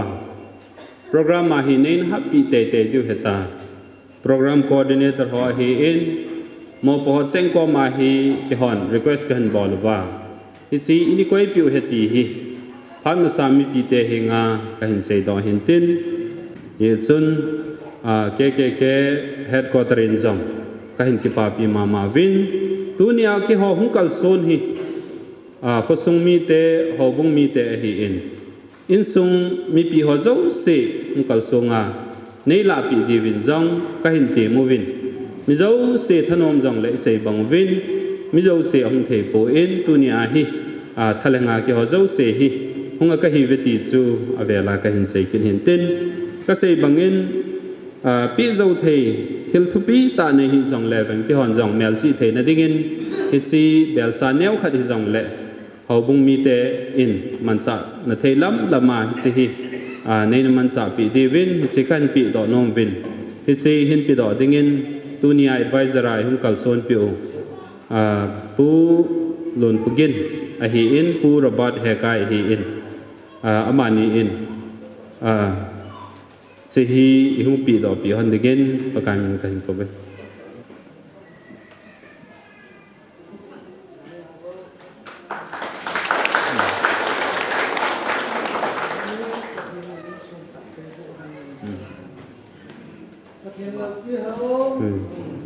coba na extra ka jong ka hin koi no movin tu ni hin ka hin pi diu pa hi bola ma pi na pi o ham ti hi ani long boy pi mai theu ba hi in tu nia hilaya holim dinga hung ki sei palal min thang ama hi na ho khomi jong le atam zo ki ho to hung ki pol kho ma hin ko hin mang ka hi win aphat amun to ki to hi jong le ki hon zong kasumil po win in sung ahin khang tha hon zong ama ngai lut ve sa na in pi zo ding i ma kane po win chuma ban zong chun hitsi hobu ki sa na hin tam pia zong hi ama na pang ding ka ta sa na win ata sa ta in to le tham na pang zo hi zong le ni chun ngai lut ve sa na le hitsi hi ama pan la na mel chi jing the na ding in hitsi hi ke president pupu gin puin hitsi hi ngai lut zala aba hin silpi dingin ani honin langa ka hin kowe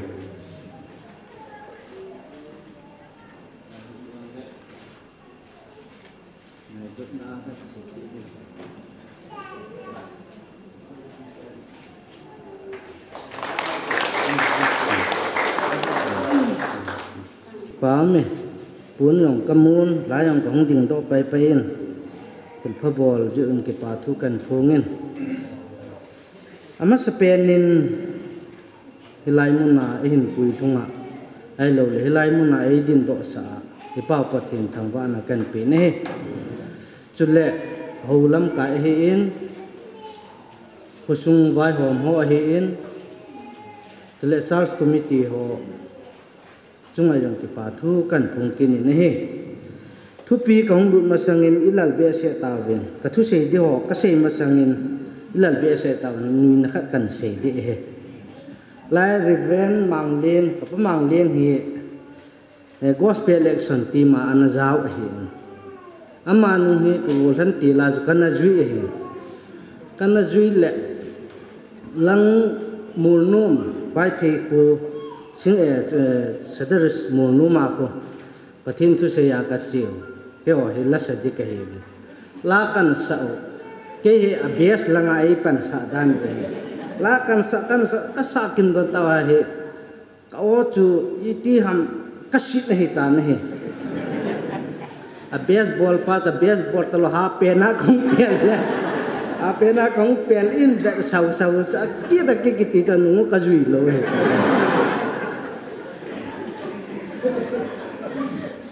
ga nu na di wa se wen tin ka se ding ka se tang e point khat na khusung veng sung gen the ha sat na tampi jong le nunga go thang chule nupi upa te se chapang katipun ibon chakewin ito adiu itham diu ida thawin ei mo ini diu jong chan ge ini diu hol na chan ge ya jong ida thawin hilai hichi huin sa do na ding hin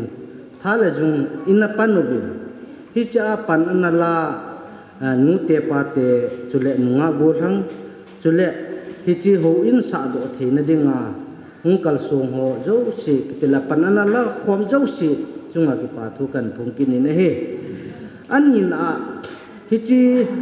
hobu ki sa do hi ivel pathin in hichi bongbal hobung hi aum pi po itikiti the ding ham anyau pe na sei ding in khudang a chun khudang a thil khar ki bol le aki cholo jong uma e he lai bongba la he he thim lo tampi jong diu e he tui kisan ge hi ki cho e he tui hi tengki tengkal khanau sang thum ki pi ai tai hui ni ana sa pan o he tui ha sa dan chu no wa he no so no wa le wadung langa ko na thai su jam ki wen lai ne hitamu nga chu tui an ha sa he ahin la hitabong tui ha sat na jong le pan ha ta lo wa mai cham to ki thu a pathin thu to ki thu a nu nau chapang gen jong panahin la hi chi ho in hi nahin sa do ji ovin in pite in sung nga dinga chapa ta pen ka hi na dung ju ya chun kumi pi ho la bumi pi te ho chung ki pa thu kan se ki nin hi chi ho in ki sa do hi chi ho in isa do thei za lo wa jong hi pathinin bungbal om pi ti gyal do pumin tuni ni khu in jong tuni apan in jong huin kai nom lo pute pa te om jong le hi chi ho in tha hi ji hin pathin kom hin bel diu ka kin na lin ta jong om kin ne he chukil le athum chan na athum chan na chuin pha dang ka ting tuni ni khu in kapa hau sapu hi kapa a hi in kapin na pa kapa a hi in amazon ga ki to ta di le asum le pai tu to ho za na chu tu a hi chiang kha khana hi sap ding huin kai de ta ne huin na ha zu lut ding hi chi chu an dam pia pathin thu to ki saya hi a calculate pe ding adam sunga huin sunga he calculate pe ding tin na kan ni ki ne he atum chan na huin isa na wa pan ila khom wa huin isa do ai tun do bong win khusung veng sung hobung mi pi te jong nunga gol hang ho jong nu pi u pa ho jong hi chi bongbal hobung ho charles akitun do bonga hi khusung veng sung jong lung kito ta ive sui ki no wa lung kito ta I chen khom ki divin tim na kan nei kin ne he a chai na aha pandi ho chunga yong ki pa thu ka sei nu min aha pandi ki tile particular na min ka phathei pon ni khu tha ki la lo ai lo le ama changwala ato ding a tham ding da tha a hovina kalsung jinga itiana to na tham di ki hol jing pan la ho za la he huin jong he hun ki zo pe hi ji chun am ho chung le chule nei le go hin pu do pi asum le pa hin pu do pi chunga ki pa thu sangta kan sei ki nin thu tam sei len nagilo kil ki dinga hi en thu ha sei pung ka ting ka sei kilom le pakai mi ngai the moi tin ka sei thing la lo mai le nei ngai the mo vin lang ke pha chen chu tan te ka ki pai ông ki khom pakai tha cha chu ting le sa la hanga na bon savin fellowship thalangin chibai ka hin bol su ke ve tuni hin ngai tu le ke paum the zengin fellowship ki loi khom na wa tinga ngala lum ta a hello le ipiha mu kal ki ngalal jing hi tu nya hi mu hi zen ke ma ta jong hi tum ben ke pa le zengin he izon pate langa holim khadina sei bangin hobung sung din mun he do thene ho ina kinga ma hi ti to ke thanen pathenin tunya kutsi bongbal hobung zong ahin vila no ho zong ichan ge ham khana ki lum khat a pakai dinga pan na hin lawa he chi hoin na hin tun do hi nikilum khat naw le pathen na ngai lut naw hi kim bu ne hi le dunia hin fellowship pumpi hobung mite hozo se ting le center worker hom zong bongbal hobung hi na sata en ka hin pa chawin en ke pa pi ti ka se do no min he he chun kan se saw lo ding hin jete ken hon chun dunia hin hobung lam kai hon zong phát ở tụi mình là lời gọi là cái lòng mình cái hồ lim đã cái chạy tiếng là cái ba thiên pi họ hồ bung ở bên ông hòn rồng hiện cái pi bay điều chỉ đứng đàn hiến cái tiếng là cái bát mẹ na mission hiến rồi để hiến tiếng là fellowship là ai hiến cái ba thiên pi họ hiến có khom điều cho hiến tan cái pi rồng là tụi này cả xây nông bên cho hiến lệ và thiên này tổ khom nào fellowship mà hiến thì ta bằng á pathin hobu isa do hi no hobu ki pa lovin fellowship pi zong ki pa khomui ti ki pi pena ka sei do no me hin je chuni ki pa naw vet sa na in amasatadiin ke pathil pi hi athila hin cho di ka tiule lam sau zong hin echin envelope zo hin pathin nai to khom naw ke pa na zan them khat ka hin koi khom thawin icha hin general la fellowship ma hin mission department na hin chiting le zu na hin icho hi ke ma khuna kunin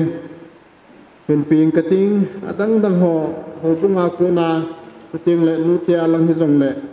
ke kadin zo ting le len ke la pai divin tim na ka hin jin tuin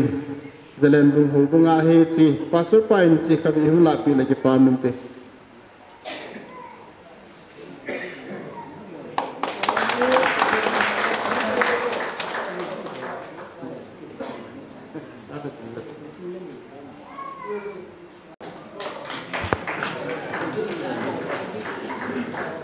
Halengkot, Lekot Supermina, Bolzol, Haiken, Del Munpi, Ke Paizang, Ke Molzol, Ke Chanhi, Ke Dingdan Hai Tai, Ke Jong Phat La Sot Talowin, Ke Chanahi, ke pa thu to ke pa thil pi ka hin pi naw ke chan si tan te ke pa pathin bo so ke han phat ma sapen penin tunini kho a pakai tha chapu kin them pu hi in chuta de pathinin atun pole beng hin tun do house pu hi in chuta de tunini kho a pakai tha cha mun chom ma ho hi in fellowship ma ho hi in chuta le hobung de khosung fellowship ngai na la hung kalsung ho zo si ang sunga e din do sa pa pathin thangwa na sampen ka hin pin masan ai je tuni ni ko in mission secretary pa in santal langa izan ham khat hin ko ta in hi zong de ke hi le EBCC CWF person nu ka hi in tuni ni ko hen hilai hobung bongbal hobung zong pakai zalin hu in sa do kal kinga lan the jengin tur program he lang program yau sa akini jong de in yau sa akisutlim hien ne ki umin hi jong de fellowship nu te ho in an ngolin pathin ko ma taw na ani ki mangin adang ho chu itaw po beti na hi po in itaw na pathin in asangin hilai ho bung mi te ho de khusung mi te ho ki dung khat na zalin ho in no ta itung do ta bin hallelujah pathin ka thang pa e tuni ni ko nong ke jong amun ta ka hung kal sung lu thei ta in amun ta ka ding thei tan ka ki pa the jenge hi chi to ki hon chun tuni ni ko hin hilai ho bum mi te en santal nu te ho jong ni ngai du ta ni hin ko u to ki thonin ka bon cha bin ka hung no mu bin a hin la gam na langa se ka chi nu a hi en adang da ho hung thei po in tuni ni ko hin lam kalang su ra chan pul langa ke ma to ta le executive nu to ka hung hanin tuni ko hin ngai du ta ni hin ko u to ki thanin ki hon jong atam jong a hi po in ki pa ba sa na jalin paisa tham cha he jong de ka hin cho ai bin chi chu ka loi nu hin cho an tin pa sor pa hung din to na kan pi to han de ki ho pha chai na hi ta e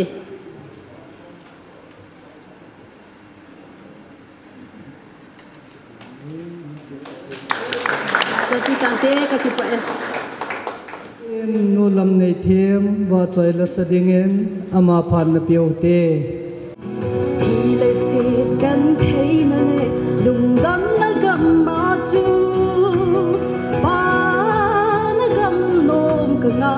ye nei kan thei na ho bei su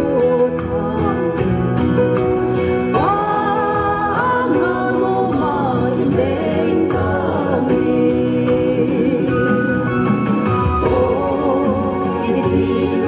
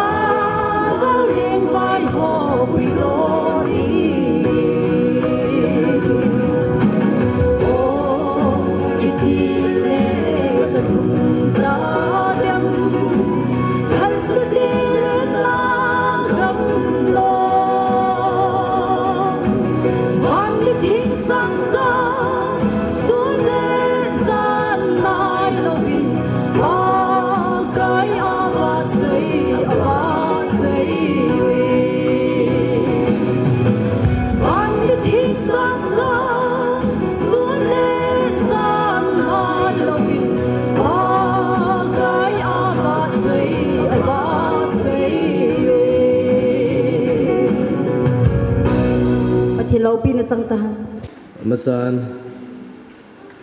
tu ni ko program education program jang thei dinga pathian damna phat pha phar ai pi wa ha chano pukai Jesu Christa mi zan le ngai lu na sa peng kan pi vin chule yo lai ho hi kalson na chile vale jo ha thawin gari enjong a hin chule tu la hi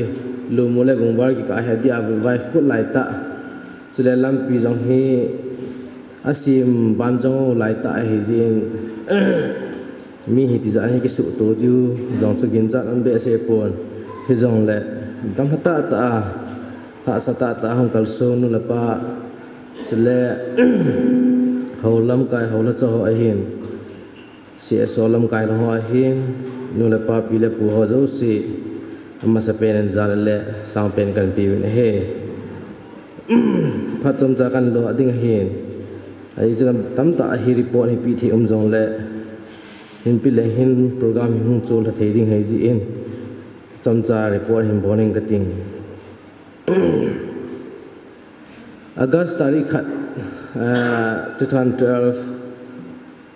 kumapat chun hi chi hobu hi pakai mai cham howi hi ong ki sapanin 2021 to ai ga te ka ai le chun na kum hi kum ko thing ti chat kum ko hi sam hi tan hi ti chun pathin pan pin le ulanaw kosung mi hat pan la na zal chun ong ki chal to pen hobu mi kosung mi akunin sumla pai din mun ha sa ta ji chun kosumi ho bumi akun ja ki ding zo ta pon tha cho na ve rang ki khyo kho min ti chen lam kai ma so jong he ti chen lam pi an gung ve he ji chen ule naw ji le ve akuna kal song taw te ule naw ko ma hin sum la pai thum taw te ti hi lam kai ma so an ge lun he ti chen lam kai ma so jong an thai pi ta ven ji le ve sum thu min tao na thấy thì thun na thấy thì cái thu pin na he cái thu min he ti chen aba nei chan hong ki char ki na he he jong la tu ni hin ji le ve ole naw hong pong ho ba nei chan jong aminu jong ka phung do no min chile ho bung mi chile khusung mi nei la nga hong pong ho tha la jung nga hong seng ho sum la pa hong pong ho zo siang hi aminin ka phung do no min detail in a bon chan report am so ke jin he a hen lai chi hi pha ni 2012 apana kan pi ding chu pha ni sa hung sau ding no zo nei chim diu hin tin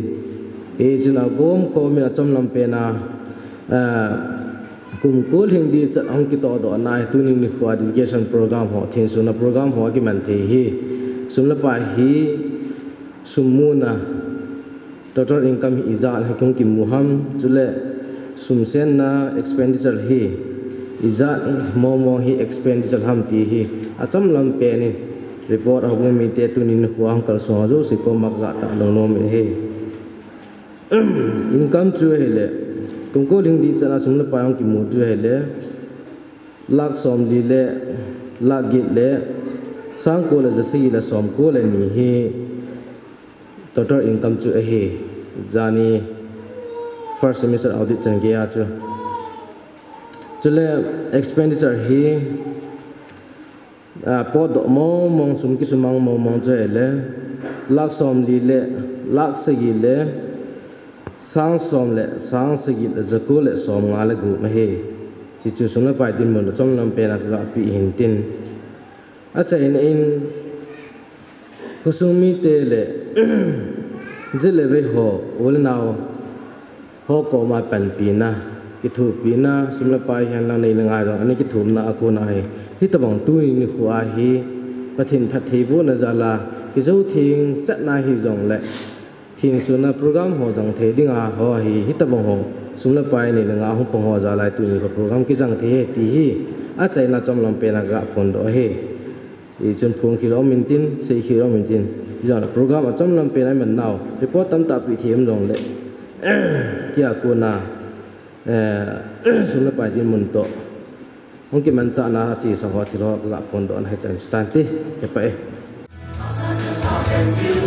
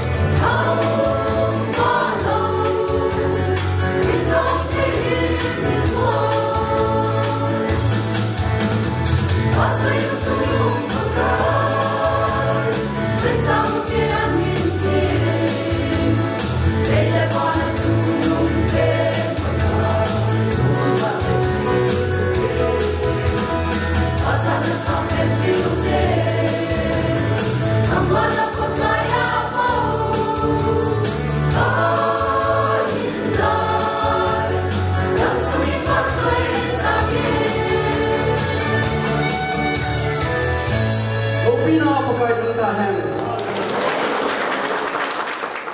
san hoi mo pen thi zong len kong din do mun thim ta ni hin vet chim lo given na sa pen pen tim na ka hin le jin ka se din ka se na sangen kusuma cha le nau kampama sinei lo ho nung se ten ka haulim sunga he Kawin sung lai mun hin sun dingin pakai min tim na ka nei sun he kolangao manjang sei piu bella kusma ko na chan nu sinei do hum kal sung ho zo se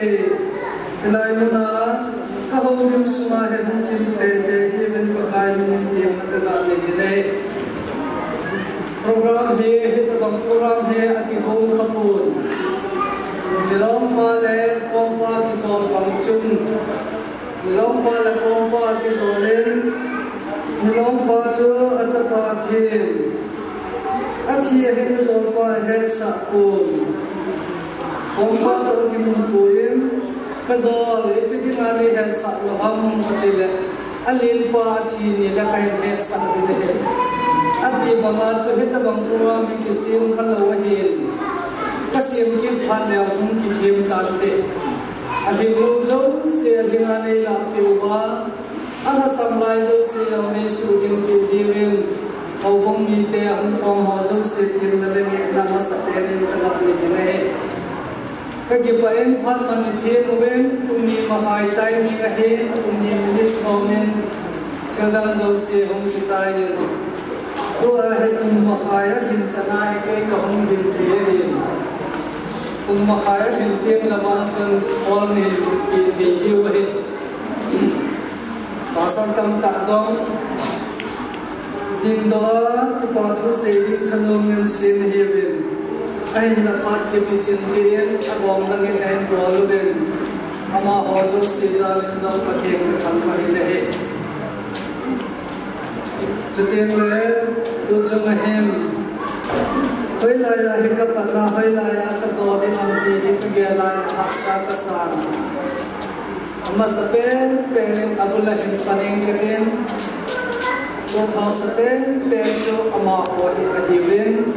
au satu he adam ho ji a he to zo ko bital ki no men au satu he chairman an hin chute la pa ke el secretary an hin pa thangin hi treasurer an hin Chuting le pa hem plan le kei hi member ka nahi panen hicha he phat kun ke pana foundation kun ke wala abar kun ke che hin hicha dum chui chun me he wa ki he jen ala samhan wa hum ke je hoin sa sai ka a hum ke share na na jong hum ke je abanin pa sa ko Yang din dok te wala karten au satu jam kontak pau ni pasal pau aban kin na palam pau aban kin na palam min thang aban kin na palam thang aban kin na palel kahau aban kin na pasung thang aban kin na patong sat abana palen lal mahosim si dong hum din dok pi leo chu ila kai hum din bil lan lim kila zong ni kyo he mu ho jin ama ho zalin kathin tham lo ben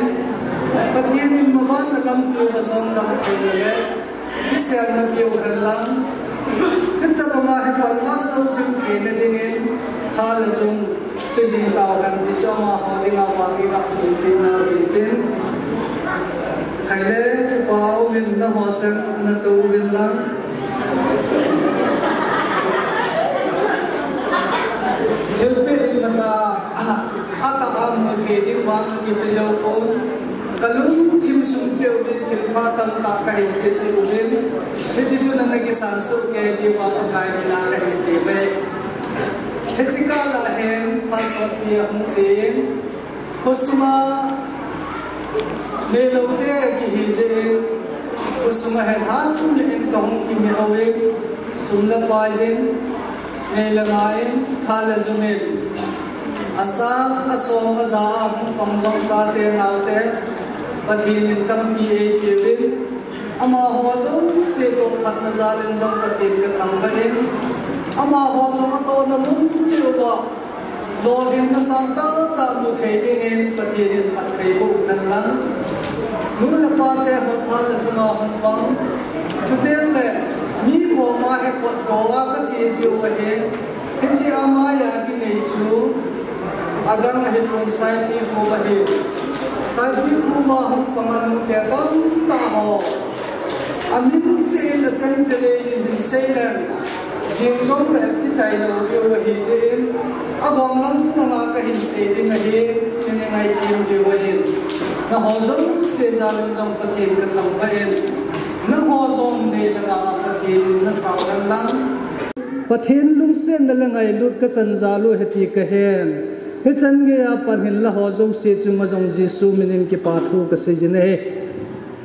abana sang so ma hen so nga al ha noi lang a hen he ti hin ulanaw ko ma ki chen he chan ge ya he ulanaw tam ta nin ki thu pi rin ama ho he tu ni hen atam zo he me lu kamupun thamo ka sal he jengin he jong le aum namun cheu la to namun cheu wa malam piu pathin in phat thei bu pe hem ti wang e thum pi naw hi han lang chuting le tu hen tu kuma he church committee he ningkum kumma sa ko na chhung kila do a ho bung in a hen ki vet kop tha he tan he chi a chu building chairman hong ki tia jong la ka hung din a hin he je chun tu kuma zo na a pan hin la ho lung se te in de ken bu ho jong tu nin hilangan hung din do pi lew chon kanu mi ne he chi ho zo se he pathian in tu kum sunga to khom pi ding in apn kalal na ding mun zo se ama ho apanguwin he chan ge ya he ama hon e do wa ama ho za la he dunia he tabang he chan he ki chang kha hi zen ama ho za len jong pathin ka thang wa in ama ho zo se jong a het naw le abol thei naw achi na ho zo se pathin in malam pi a aman cha be jing thei na devin ta sa lal ha gau dam thei na le in chen khu sa phat thei bu taw han ti chu ama ho dinga wang i ga thum naw he ta ha o ke paw men tu in lung se te nin to pi kin win lang abana hichlai ahin ki sa ki bol lai hen boy hen ama ta hen ama na bol thei ji chun ki pe na in sumla pai pang lowen athala jung sengin hichlai ho in bang ho he putin he aman e kat pe wa hi jin pa ke ji lal boy lung se ten khat ve lang hung ding la ka no mi nang be hung lima ga kila heti ho hi jong la hen he chi achunga zol ding dung ho he ama ho nei bol pi wa he mangmin pa lur khuthang agi thu pi hi chi ki bol sunga gol hang hung pangji ho jong ai thei chanen aum jong si hong wo pa mangmin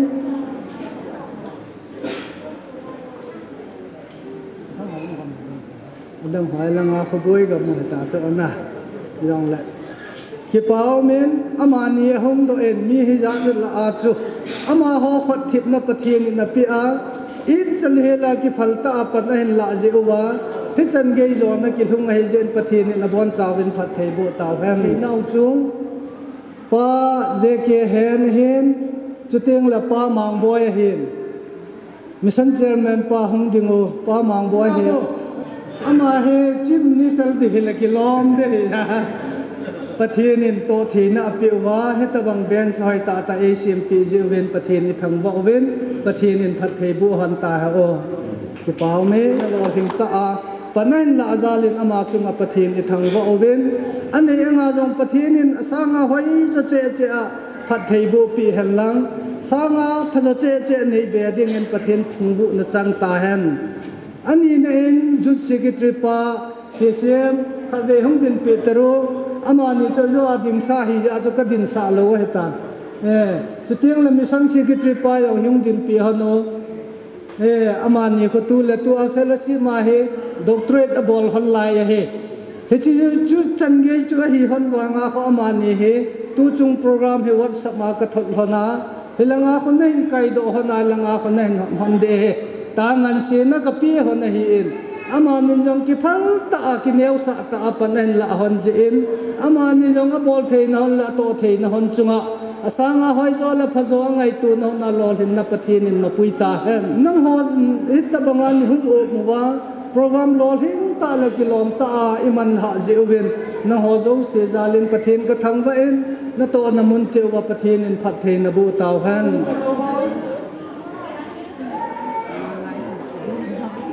pathin in ole be phat the bo in sanu hizar missionary mà họ sống sẽ em nào anh lên để họ về anh xua hết các cái lên mà tin là mà tâm ta số đó để để mình số sao mình tập đi bắt đầu cố số để cho đi bắt đầu tạo lên mà nên dòng anh này buồn nó khó ta hết chỉ khô in bộ biểu về này là cái pa hệ riêng về le thu dấu na ding ka nei po ven ho bung mi te dấu se thal hangen a in nei pu a to na na amas che sa pa na pa na hin la ma sa na tu khun ma he se na ding in pathin phat phai po na chang tu ma dam se la hin kum po so te ding ken na po cha cha se ne he pathin sa tu in khusuna ule na Kim le ma ho ni le ngai pan nau ka hin thil pe tiang ho ko ni ma cha ki ni zo kun ama ma ka lu thing che wa hin khat che bang result ka bol be ti he na su bi lo de wa he ngai zo in le report ko ben tam ta na pang yin zo le thil pe ta bai ta ka ki bol pi lo min ai la ki bol pi lo ma yin ki zo ko ni zo su na pai de la ho su na ni pa ule na ho ma zo se chu ko ni buat cawe lu tim na bukan lang tu ahe badal pi niam cha memento he kupama ti chu jilele ole naw bila buho ko ma ki kalsu no he memento niam cha jam ki se ki jo he ni pa ki pi he ama sa pe ni phat kam ta la lo bin memento thu he ki bang so di he ni jo ma ho ki bang pur khai sim do ka ting apa ni kadang si untuk televin apa mana ni kita orang ini sahih tanam umur ko Evangelical Baptist Christian Church Boulevard ABCCF Singat Sub Division Chitapur District 795139 Manipur India Jepa China umur ko saya katakan Boulevard Committee Pathing ko kong na church building sa on dia nang manjong rupees 2 lakh nei pen pi zalavin tu in zo de omta nang zalin pathin pathang wa le jingove nathil ba bor chuma lati pana mer chi le na to phan ho dia do sing na dingin ichi pa mer chi le church committee in kan biwe namana min ku a pathin lam pui jing han la pathina thalim se pui jing da hen by Church Committee Boulevard Christian Church ahin dated Boulevard 9/1/2021 ahin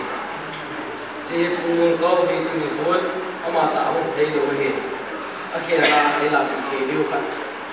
au mai la lu sin ta hi ji man to yu san ni min kai lu ki na kan ni mu ki so ro hi ama hi singa process ya ding a hi tu la to a MLA hi ama he langwa wa aji ho bin sa aji ho hi langwa he ene pi ho he tu ni zo da ka sa so wa ni zo ki tu pi nai le we ni ji ama zo tu ni wa asa sa lo ma ta ko sa na ho ko dang lan le le se ma mo pi di na ma zo ko ni na ko ta am ji me to zo no ko de su ta ra di yo na ko tu je na ki ta de Sila balik po David Peter hi ama hi ma so ang take po hindi ngi nong la tu ru ko ti ko ma he dang la sang so ma e ben bu he abani bu sei la ama he dang ka sang so ni e ben bi win chi he ai la pi the diu ki ba ai la pi the diu la bu sei ko ku ya la ma ni te la bu jang bo ya la pi be la ma he dang ka sang so ma bu jang bo e ben bu he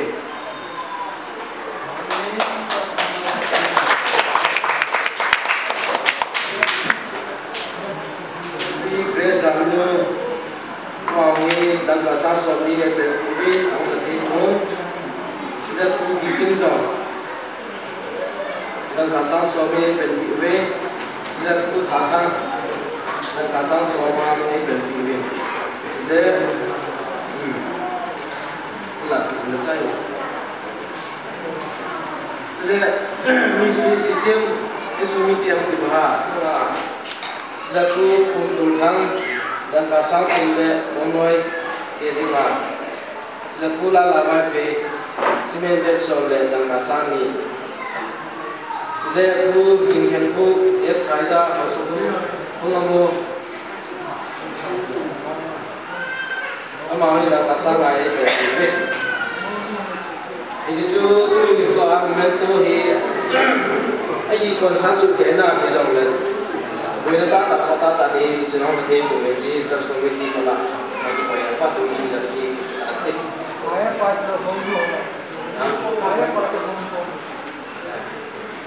Aisyah pak, tegang buku kamu Aisyah sebut, kamu itu media lap itu yang le, anu kamu kami itu kadang ada waktu yang ada Sesim hi rom imai kapi pau him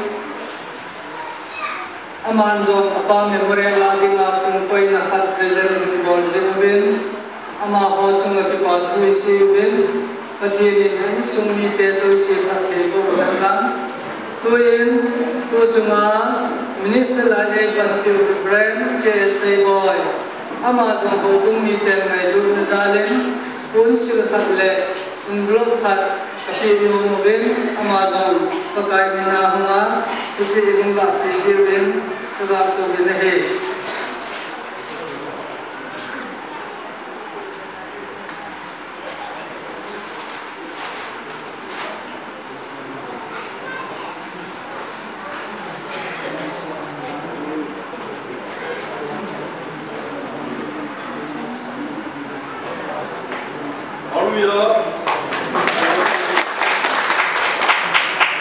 Abana call dengan Tuhan, ilham natu kita ese Tuhan. Sedang le asal manusia pada laki jiwin Amazon kelpe kerap ilmu ini.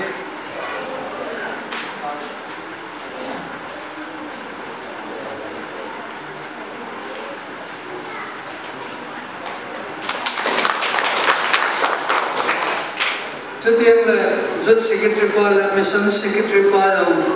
kangai lu na hana kalung timin ki pathu ke kahin ke hanin, ay taane na sampi handingin kaga timin he. Then seperti na hobung hen, ahobung ahon, ngai lu tilpi ni pilben jahozo si. Nalado na lo patinin azat za pathin bu dewen pathin ko mabang kaga thum tu na he